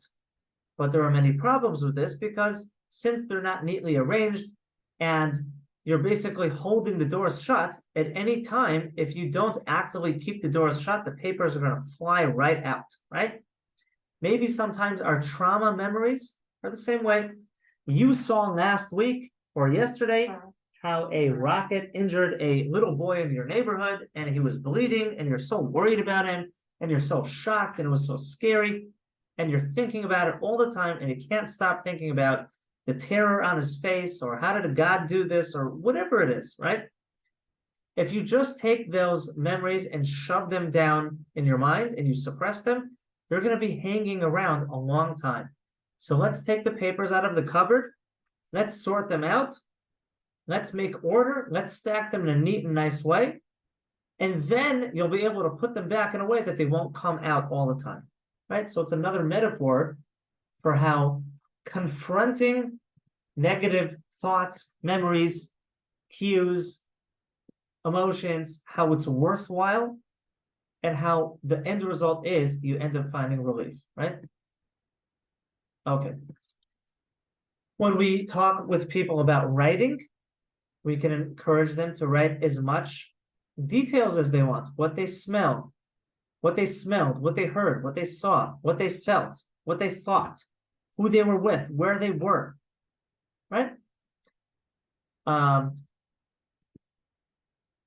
Now, when people write, we can tell them they may have negative thoughts and feelings that come up and might be triggering, right? We know that from people that are traumatized, that when we talk with them about what happened, it might be really triggering, and they might break down, and they might cry, and they might be afraid that they're going to lose control of their emotions, and we have to validate that and work with that, right? And maybe they'll say, this memory is so terrible, I can't even say it, I can't even write it, I can't even cope with it. And if they say something like that, we can use the helpful thinking skill, which we're going to get to in 5 minutes. We can change it from, this memory is so terrible, I just can't write about it, to, this memory is terrible, but I can try to write about it, right? Or, no wonder I'm reacting so strongly, it brings back a difficult memory, right? Reframing it, we basically, when we write, it evokes negative emotion, and we have to anticipate that with people and help them during the process of writing and expressing to help them cope with the strong feelings so that they can continue to do the work. Okay. Writing is not a good tool, according to the SPR people, for certain people. People who won't be able to manage the distress that comes from confronting the absolutely terrible story that happens, the memory, right? Maybe it's people that are suicidal in the way that they're having active suicidal thoughts. Maybe they're struggling with psychosis. They have extremely high anxiety. They're using drugs, etc. Okay, so we want to use this with somebody that can handle the processing of the emotions, but not use it with somebody that can't. Any questions? Can I add something? Absolutely. Okay, yeah, I mean, I think that's a very useful idea to manage reactions, but I may wonder a little bit about being even more cautious around that, specifically when you're in the midst of a traumatic event. This whole piece about starting to process and bring up emotions may be more appropriate post the event. I'm not sure what this protocol was designed for, but I imagine this would be more appropriate post disaster, not in an extended disaster situation. And I think the other caution would be people with trauma histories, people with prior trauma histories, and also multiple collective traumas. I think this section should come with a lot of provisos. It's just what I'd like to add. I appreciate that and agree with that very much. SPR is used after a disaster or during a prolonged disaster if it's appropriate. I can't agree more with what you said. We don't, as a general rule in psychological first aid, want to open up deep emotions and deep feelings when people are undergoing a lot of crisis and stress. The event is still going. We spoke about that in the first video that we made. And so we would use it exactly like what you said, and I truly appreciate it, with caution when appropriate for a very specific way, because we find that that's very, very helpful. For example, right now I can say in Jerusalem for myself, we've had some relative peace, other than me looking at my phone every minute and hearing every bad piece of information around the country. But as far as rockets in Jerusalem, we haven't had a lot of rockets compared to Tel Aviv, compared to other places. But maybe there's something that's really, really bothering me from last week.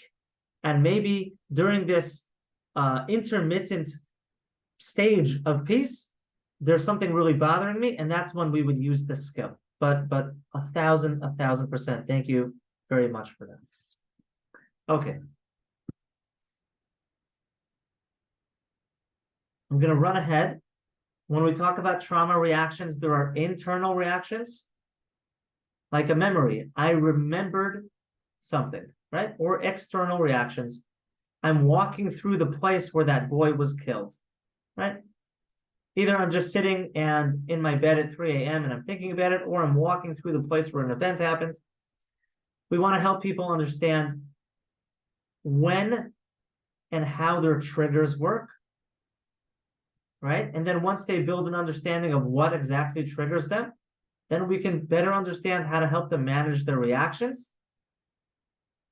Okay? And we can try to anticipate the triggers before they happen, so we're not taken off guard. We can normalize them. We can empower people that, yes, when you leave the house, you might see the building that was knocked down by the rocket 3 days ago. You might see a little bit of smoke coming out of it. It might be upsetting to you, right? So we can help people prepare for something that they might see or encounter. We can help people come up with a specific skill for managing their distress when it comes up, that's during. And then we can encourage people to recover after they see something upsetting. Maybe it's a nurse or somebody volunteering for Magen David Adom, and they're seeing wounded people, and it's very, very distressing. I don't know, whatever it is. After you've now donated blood for Magen David Adom, and you passed by the ambulance bay, and you saw some wounded people, then maybe you need some time to relax after that, or maybe you helped out in the Chevra Kadisha, or maybe yesterday your neighborhood went through a very serious event. So maybe today's job is to recover from that. It's to take a warm bath, it's to relax, it's to set some extra time to settle down, try to cool things down a little bit from what you went through yesterday, right? So before, during, and after, to manage reactions. Okay. So we spoke about building problem-solving skills was skill number 1. We spoke about how to increase positive activities as number 2. We spoke about how to manage trauma reactions in different ways as number 3. And number 4 is promoting helpful thinking. What does that mean? So what it basically means is that we, during crises, tend to think negatively and tend to catastrophize and tend to have black and white thinking and all the different things that we've all learned about. And this creates negative emotion and dysfunction. And I gave the example about myself that last week, every time I spoke to one of my kids, in the back of my mind, I was saying to myself, this is the last time I'm ever going to speak to my kids, which is a very sad thought to have, by the way. And then I realized I was doing it, and I replaced it with, we're going to be okay. We're going to get through this. We're going to have a lot of time together. Please, God. Okay, I'm not a prophet. I can't guarantee it, but I know it's helpful for me when I think about it, right? When we speak about helpful thinking, SPR says, we're not looking to debate truth. We're not looking to promise what will happen, because we don't know what will happen. We're not looking to debate with our patients, because that's not helpful. But what we're looking to do is, we're looking to find thoughts that are more helpful and promote function versus thoughts that are less helpful and do not promote function, right? If I'm going through this war anyways, because here I am in Israel, I can go about it thinking, this is the last time I'm speaking to my kids, or I can go about it thinking, please God, I'll have many opportunities to speak with my kids. Okay, so one's more helpful, one's less helpful. We want to take statements and modify them, right? So we're going to work with somebody and we're going to try to put down on a piece of paper, what is the big domineering thought that's really bullying them, worrying them, weighing down heavily on them? Let's write it down on a paper, and then under it, let's see if we can modify it a little bit. Again, we don't want to lie.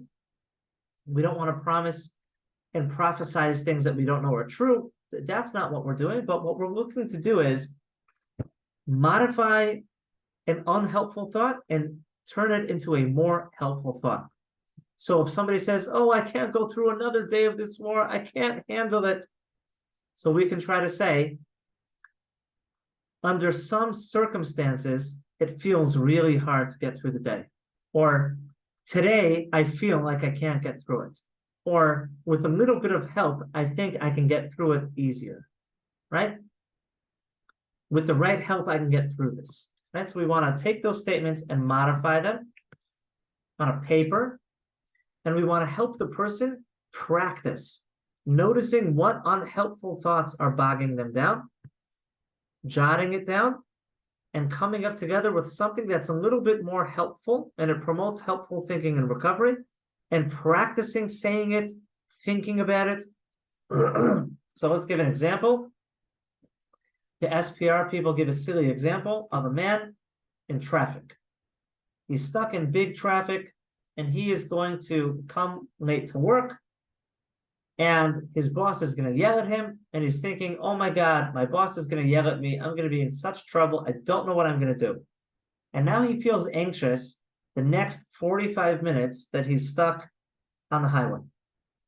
As opposed to noticing that he's having that thought and trying to find a way to modify that a little bit and promote what's called helpful thinking. Hey, by being 40 minutes late to work, I'm going to be able to miss that boring meeting that we always have on Tuesday morning. Okay?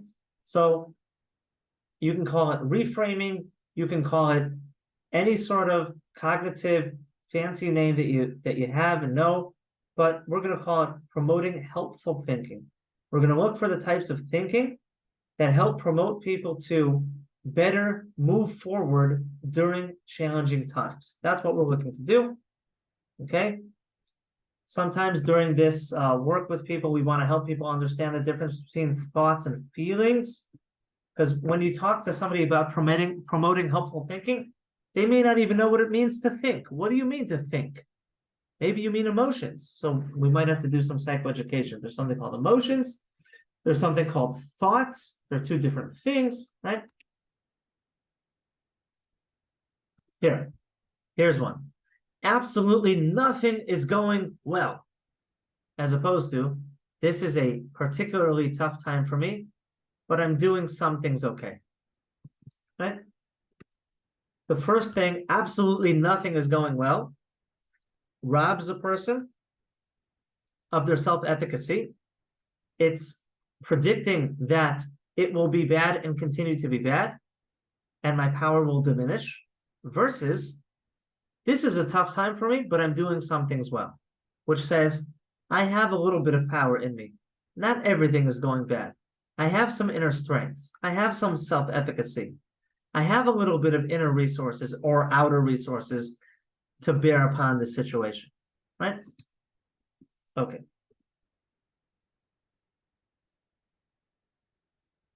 Okay. Great. Okay, so when we talk about helpful thinking, it's certainly legitimate to explore with people how their religious beliefs promote helpful or unhelpful thinking. Now, we all know that people think according to what they believe. And if you believe in a, let's say, nihilistic view of the world, a deterministic view of the world, a positive view of the world, depending on your existential views of the world, that's how you interpret the things that you see, right? So imagine you once heard a rabbi on YouTube say that in the end of days, only 3,000 Jews will survive right before Mashiach. Now, maybe it's true or not true. Maybe you heard that and you don't understand the context, but you now are petrified. You're terrified. And I gave that example, by the way, because I know people that think that way, right? You heard somebody say only 0.00001% of people in the end of days will survive. And now you've inculcated this into your belief system. You're walking around feeling you're about to die at every moment. It's absolutely wrecking your ability to be resilient during this situation, right?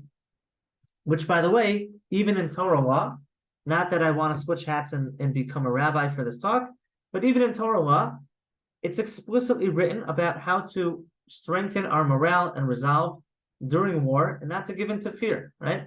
So we're allowed to be positive during war and to strengthen ourselves and lift morale and trust in God. But imagine somebody has that belief, oh man, we're all going to die.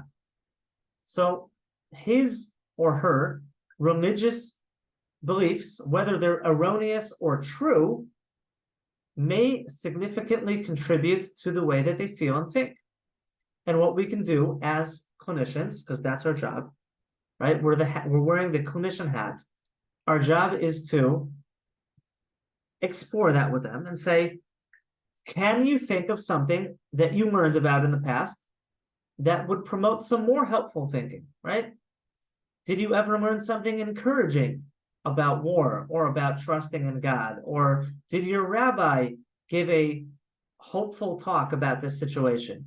What would you feel about speaking to him about this situation? What would you think about consulting with him, telling him about the Zohar that's worrying you and hearing what he says, right?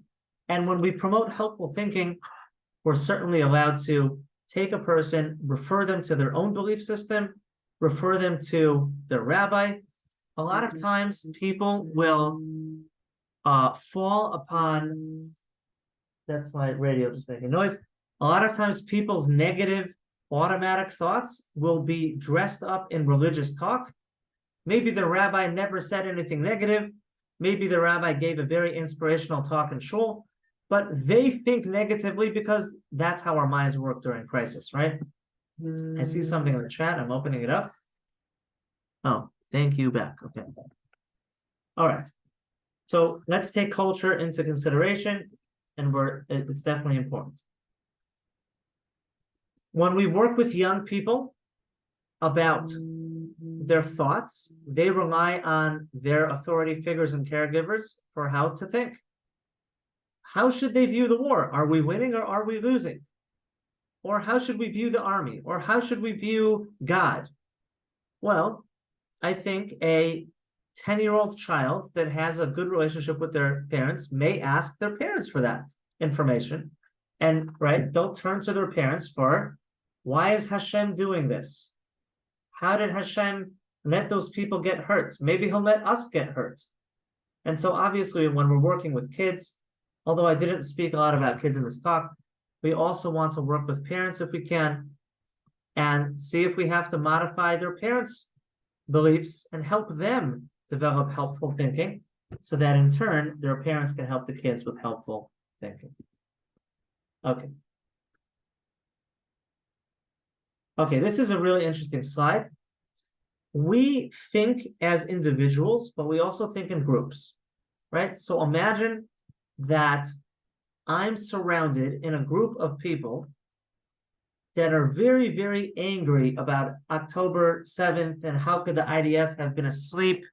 And I read on a Facebook post that they knew about this and they didn't do anything, blah, blah, blah, right? Imagine I'm surrounded with a bunch of Facebook friends that are just nonstop posting all these types of posts.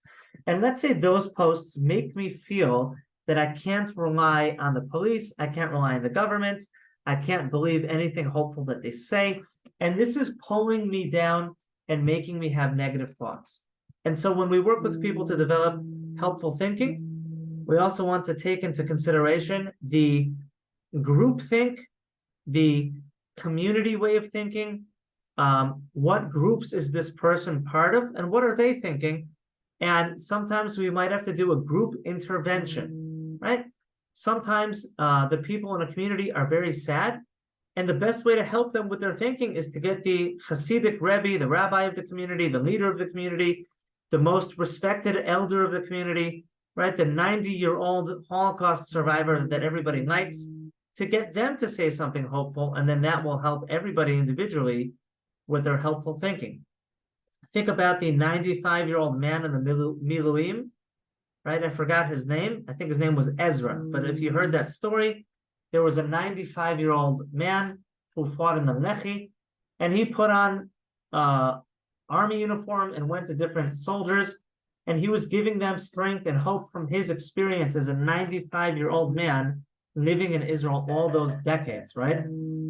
So he is a sort of leader, and he has a influence over groups, and they're willing to trust what he says.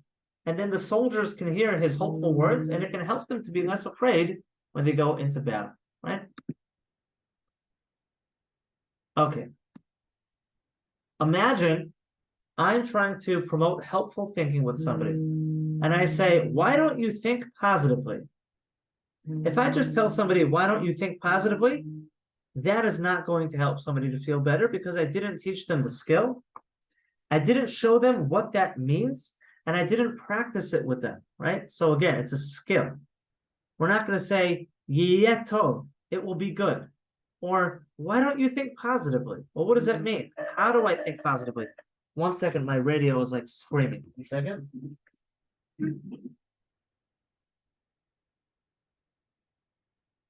Okay. Right? We want to specify what thought is bogging you down. What are the words of the thought, right? And then we want to replace it and modify it with something more helpful. Okay, so it's very tailored. It's very, very specific. We're going to have them do it on a paper if we can, say over the modified thought if we can, practice it, give them homework, have them practice it when we're not meeting them, come next time to the next session, see if it worked, modify it, upgrade it, etc. Right? Just like anything else in SPR. Okay, sometimes we fill in the blanks, right? We start with somebody to work on identifying what unhelpful thought are they having. And maybe they say, oh my God, I'm so afraid. I feel like I'm dying. And then that's all they write. I'm afraid I'm going to die. I'm afraid I'm going to die, right? That's the thought. And then as we explore it more, we can even upgrade the unhelpful thought. Let's add more information. I'm afraid I'm going to die because blank. So for example, I am afraid I'm going to die. Okay, good job. Let's try to fill in more detail. Why are you afraid you're going to die? Let's try to write the sentence a second time with more detail. I'm afraid I'm going to die because my father refuses to buy a gun. Oh, wow. Interesting twist, right? So now we have even more information about why you think you're going to die. I'm afraid I'm going to die because my father is not willing to buy a gun, right? Once we have that information, it's even easier for us to promote helpful thinking and to modify it, right? Even though my father isn't buying a gun, and that makes me feel afraid and helpless, I can still take it day by day. I can still remember blank. If something bad happens, we can still do blank, right? So we're going to tailor this as much as possible to all the details of the unhelpful thought. Okay, running through this here. Great. So we got through helpful thinking. Any questions until now before we finish? Okay. Oh, I see in the chat something. What's in the chat? Don't know. Okay. I got a question in the chat. We'll see if we'll get to it. 1 second, please. I'm just turning this off. Okay. Let's talk about how to strengthen social connections, right? People during crisis feel lonely, isolated, misunderstood, judged. Their routine is disrupted. They're not going to the JCC to go swimming. They're not able to be at work and see their colleagues, right? The kids are not going to school in some places to see their classmates. And so there's a lot of this rupture of social connections that we have with all sorts of people. The women are not necessarily sitting in the park talking together. Maybe people are relocated to a different place to live because their home is dangerous, etc., right? What we want to do in rebuilding social connections is create a map of the types of relationships that people have, the good ones and the less good ones. And we're gonna make this map and say, can you make on a piece of paper a list of people that make you feel understood, people that make you feel that they care about you? Can you tell me groups of people where you fit that you, where you feel that you fit in there, you belong there? Maybe you're a Breslov Chassid and you really feel that you fit in with Breslov people. And you're not surrounded so much with Breslov people. And you used to go to a class of Breslov teachings and it would make you feel like you belong. And now you don't have that, right? So that's a very particular, nuanced type of social benefit connection that they used to get, and now they're not getting it, right? So we're making this map. We're asking people questions. Who makes you feel that you're not alone? When you're nervous, who makes you feel safe, right? Who's the person in your life that gives you advice when you're not sure what to do? And we're mapping this all out, okay? Maybe there's somebody in your life that you don't want to be in your life. Who's the person that you don't want to have such a connection with right now? And by the way, there are people, just like in Corona, there were spouses that had a rocky relationships and they were in lockdown together and it created a lot of issues. There are families exactly like this right now, going through a lot of terrible things because of the situation. I heard yesterday a story of a family in the South that they were struggling with domestic violence before the war, but now guess what? They're in a bomb shelter together under stress all day. How good do you think that is for the family, right? So maybe there's somebody in your life that you want to spend less time with, or that they're very negative, they bog you down. So that could also be part of the map, right? Once we make this map, it's going to help delineate for us what we need to add. You know, I'm feeling really lonely. Okay, who are the people in your life that help you feel less lonely? Were you ever lonely before? Was there a person that you got together with them or an activity that you did that helped you to feel less lonely, right? And then we're going to try, obviously, to increase interactions with that person. Maybe it's in a phone call, maybe it's a Zoom, maybe it's meeting them in person, maybe it's getting a hug from them, etc. I'm going to tell you, by the way, I did some work like this yesterday with somebody who experienced up close and personal in Netivot all of the gunfights that happened on October 7th. I was working with them literally yesterday on this step of SPR, and they said an amazing thing. I said, when you feel lonely, who do you find is really helpful to you to feel that you're not as alone as you thought? And they said, you know who helps me feel less lonely? Me.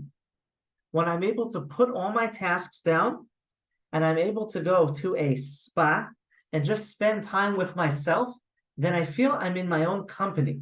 And when I'm with myself, then I feel that I'm not as lonely. So that was a really interesting answer that the survivor said. So we ask questions, we never know what people will say, but it came out from our conversation that this person needs to spend more time with themselves. They need to clear in their schedule some time to step away from all the noise and all the war stuff and spend time with themselves. And in turn, they'll feel less lonely. Okay, so you never know what you'll hear until you ask. Okay. Right, here's all sorts of questions. Who can make you feel more like you fit and belong? Right? I have in my building somebody right now who was relocated from the South, and culturally, they're very, very different than the people in my building. But there was an empty apartment in my building, and somebody graciously gave them the apartment. But, you know, culturally, there's not a lot of people that they might feel comfortable with. They dress differently, they have different values. And so you can only imagine that that might be challenging for them, right? Who helps you when you feel that you need some support? Who can help you with practical things at home?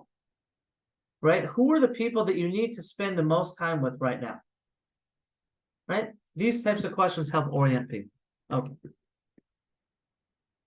Right? And then again, we make a map. We set out a practical sort of homework with a person in SPR. Right? We say, okay, we've identified in this session that you feel X, and in order to solve for X, you felt that it was very important for you to meet Y and to spend time with them. And we set out that you were going to call them and go out for coffee this week, right? Did you do it? Why didn't you do it? Or did you do it? Did it work? It didn't work. Why didn't it work? And we modify it, we work with them, and we follow up until it works, right? So we're never just throwing somebody advice and leaving them in the cold. It's a skill. We want to teach people, can you map out your own social connections? Can you understand how to manage your own social world? How to create more social interactions? How to know exactly what type of interaction you need and when, right? You have your friend that gives advice. You have the friend that helps you clean your house.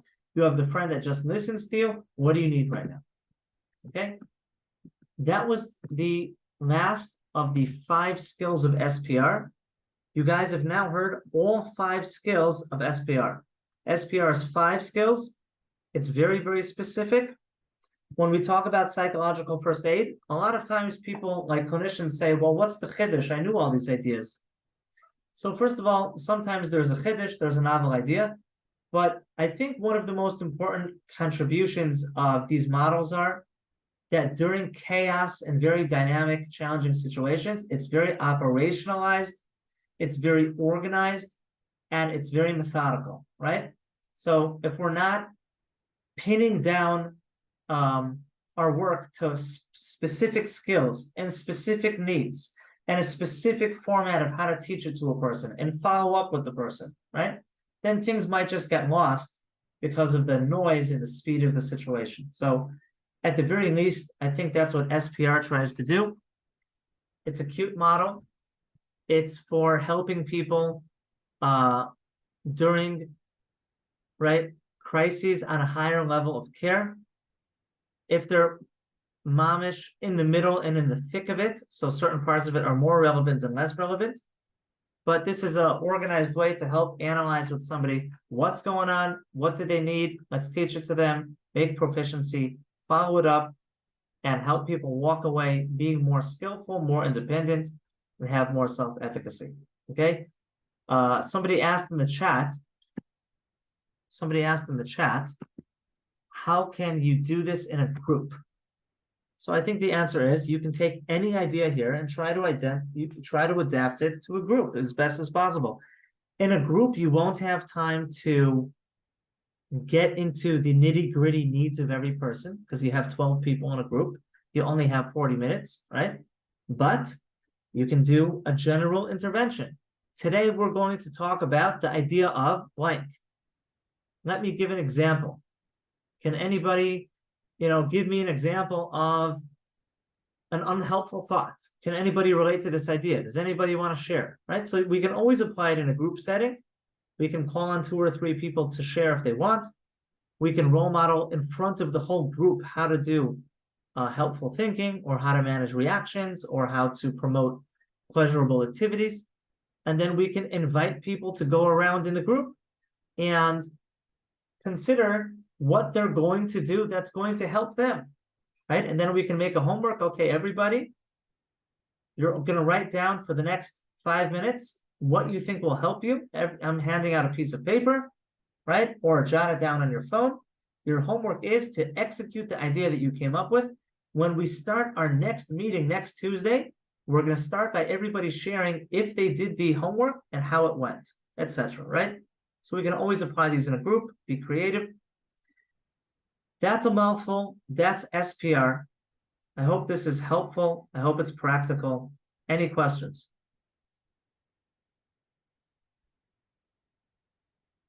Any questions at all?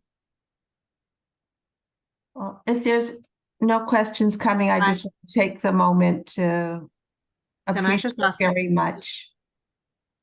Sure. Yeah, I've got one question. Sorry, just that going back to the example during, I think it was just in the introduction, that the boy who was feeling like, what's the point? And if we're going to die anyway, that catastrophic thought. I actually have a client that I'm meeting with tomorrow who has those exact catastrophic thoughts. And I was thinking maybe I can use the helpful thinking, but I just wanted to ask you for a reframe of that particular type of thinking where even though he says, even though I'm okay now, it could be that like in a week or in a month or 3 months, I will get, I won't be here. I'll get hit by a missile or it could have been me, like this kind of thing that you were very similar to the example you gave. So I just wanted to hear an example of how you might reframe. Okay, so we'll take the person, take their thought, map it out on a piece of paper. Let's put it down in words. Let's see how it makes you feel. Let's see exactly what the nusach, the words are of what you're afraid of. And then let's try to look at it and let's try to see if we can try to modify it in a way that's more helpful. Okay? If they're not interested even in looking to make things more helpful, then we're already stuck at that point. We're not ready to do this intervention. But if they agree to us to the idea that there are more helpful ways of thinking that promote recovery, and there are less helpful ways of thinking, if they are committed to that idea, so then they're engaged enough for us to work together to say, okay, I'm having the idea that we're all going to die. I'm safe right now, but I'm probably not going to live past 2 months from now. I'm either going to get So what's the point? Yeah. So what's the point? What's the point, right? And we can now look at this together and we can try to say, how helpful is that as a thought? Do you think that's in the helpful category or in the not helpful category? Does it lead you more towards recovery and function or less so? Well, less so. Okay, great. Let's think of a way to validate your thought and modify it in a way that's a little bit more helpful. Stacy, by the way, I see you in the chat. Thank you so much for your comment before. It was so important, and thank you for all that you do. But to go back to Sharni, to your question, right? I sometimes feel afraid that I'm not going to make it and we're all going to die. But I know there are some things that might keep me safe, and I'm going to try to learn more about them. Okay, so that's just off the cuff, an example. Okay, I'm sure I can give a better crack at it if we give more time. But that's what we have the whole session for. The whole session is to explore what's reasonable enough and believable enough that it's helpful, right? Because we don't want to sell people things that they can't believe. That's not going to work. So we can't guarantee, you know what? Of course you're going to live. Come on. That's not going to work because we didn't explain why that's true. We're just selling them an idea. But it is true that we have bomb shelters. It is true that we have armed citizens and police. It's true that we have support from Jews around the world. We do have some things in our corner. And there are people rooting for us, right? And so we're going to take the thought, we're going to acknowledge it, validate it, and add additional elements and details that they can agree to that will promote recovery and helpful thinking. Right? That's basically the idea. Vakasha. Chana. Thank you very much, Abby. First of all, for a wonderful presentation. And I guess my question is really follows a little bit what Sharni had asked, and perhaps it's something along the same lines. And I will think about your answer as you had just gave it to her. But, you know, I have a client, for example, I really struggled with this week where she lives in a place, there is no mamad and there's no miklat. And she can get to a shelter within a minute and a half. So she's terrified.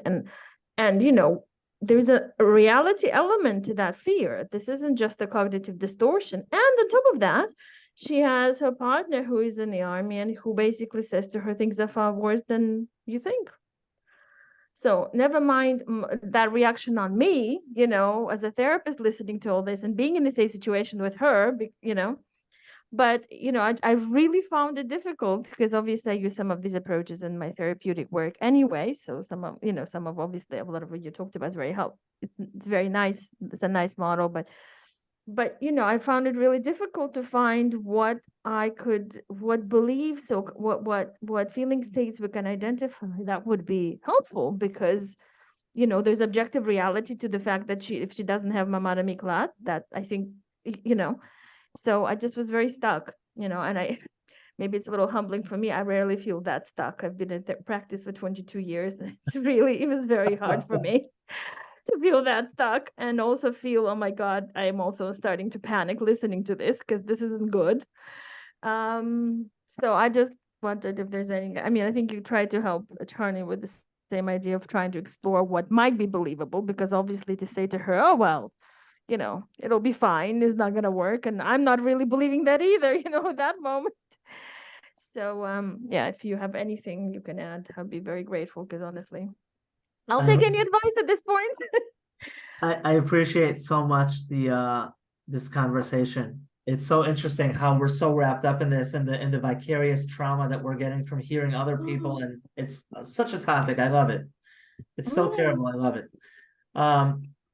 I would like to believe that there's always something we can empower people to do, whether it's, I'm not going to say imaginary, but whether it's token and symbolic, or whether it's somewhat helpful.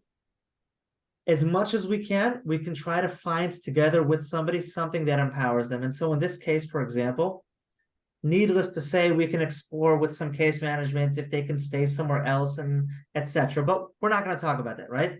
But let's say the home front command says that if you're outside in your car or you're in an open space and a rocket comes, you can lie down on the floor. And that can really, really save a life. Okay? So that's still something that anybody can do at any time when there's a siren. And within the place that you're staying, maybe there's a room that's more inside and a room that's more exposed on the outside. So what if we can make a plan that whenever there's a rocket, you're going to go to the inner room and lie down on the floor? Is it ideal? It's not ideal. Is it scary? It's scary. But it's something that can really help and save a life. And you're not as vulnerable as you thought. You thought you were so vulnerable, you were 100% vulnerable. And now we see that even though you feel very, very vulnerable and disadvantaged, there are still some things that you can do that can help you to be a little bit safer than before, right? So it's always, it has to be true. It has to be real. It has to be believable. But I still think if we're creative, we can find something like that. And it might promote a little bit of helpful thinking and a little bit more than before. So basically, we'll look for something. Look for something. Okay. Look for something. Absolutely. Okay, thank you. Thank you very much. Thank you. And by the way, and I don't always have all the answers for everybody, and I get stumped too, and we're rising to the occasion in a challenging time. We're on the front lines of helping people straighten these things out. This is not easy. So don't feel bad if you get stuck. Don't feel bad if you get stuck. This is not child's play. This is serious stuff. And we've been called to the task. And I believe it's because we're all able to do it. And that's why we were chosen to be here at this time, in this position. And, with the skills that we have as clinicians and with the best that we can, we'll do our best, and what we can do, we can do, and what we can't, we can't. Just like anything else. We're just human, right? Thank you. Avi, what do you do if the person says, I can't think, I can't do this at the moment, I can't do that at the moment. Every which way you turn, it's I'm too confused, I can't do this, I won't look at that, when I feel better, but they'll never feel better unless they start moving. What do you do? Sure, thank you for that. If somebody says, I can't do this, to me it sounds like they have such strong affect that I need to help go to the skill of managing reactions. I need to first create a sense of safety and give them some way to relax, breathe, feel safe enough that they can then go back to conversation and do these other tools. In other words, you're right. There are some people, they're going to be so activated that doing the helpful thinking stuff or the writing stuff, it's contraindicated. It's not even a possibility. So we'll pay attention to that. We'll try to find very, very simple, physical, practical things to do with them. In the first talk that we gave, which is recorded, we had a bunch of different tools for that. And maybe that's where we have to start, and that's okay. And the whole session today is just going to be calmly breathing together, right? And it's going to be, when we leave, having somebody to stay with them, right? Maybe they have a friend that can check in on them twice a day. We're going to give them enough support and enough of a skill that they can be less activated and more cognitively available to talk, to think, to explore, and do what they need to do. So I hope that answers the question. Any other question? This was so fun. Thank you, guys. We should not need any of this. None of it. We should hear great news. I'm feeling very confident. And we have such amazing people like you. Everybody together is doing such good things. And all together, I'm sure we're going to get through this. We're going to be strong. We should all be safe. And I wish everybody just good news, happy news. Everyone and their loved ones and everyone that you know should just be okay. And we should look in our inner resources. We're much more powerful than we think. We're smarter than we think. We've been through tough stuff in the past, and we're going to get through it. So thank you, guys. We're strong together, and I appreciate your time. Be well. Thank you so much.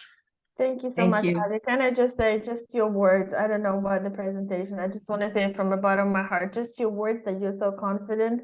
And I have a most respect for you and much affection. Just gives me a little bit of hope, honestly, because it's just been horrible. So really, I just Likewise, wanna you're a say good thank you friend. so Likewise. much. I get as That's much from really- you as you get from me. So Absolutely. I really thank you. Thank you very much. But I really mean it. It's like it was a wonderful presentation, but frankly, what I'm taking away from it is your energy, is your hope, and because really it's just not been good. for me. Appreciate it. Last Thank week. you, and thank you to Neve. Thank you. And last time Neve put out the recording in such a beautiful way. Thank you for your support for making this happen. Thank you, Dina and Dr. Belzer. Thank you so much. Thank you. Thank you. Toda rabah. B'sorot tovot. Thank you, everybody.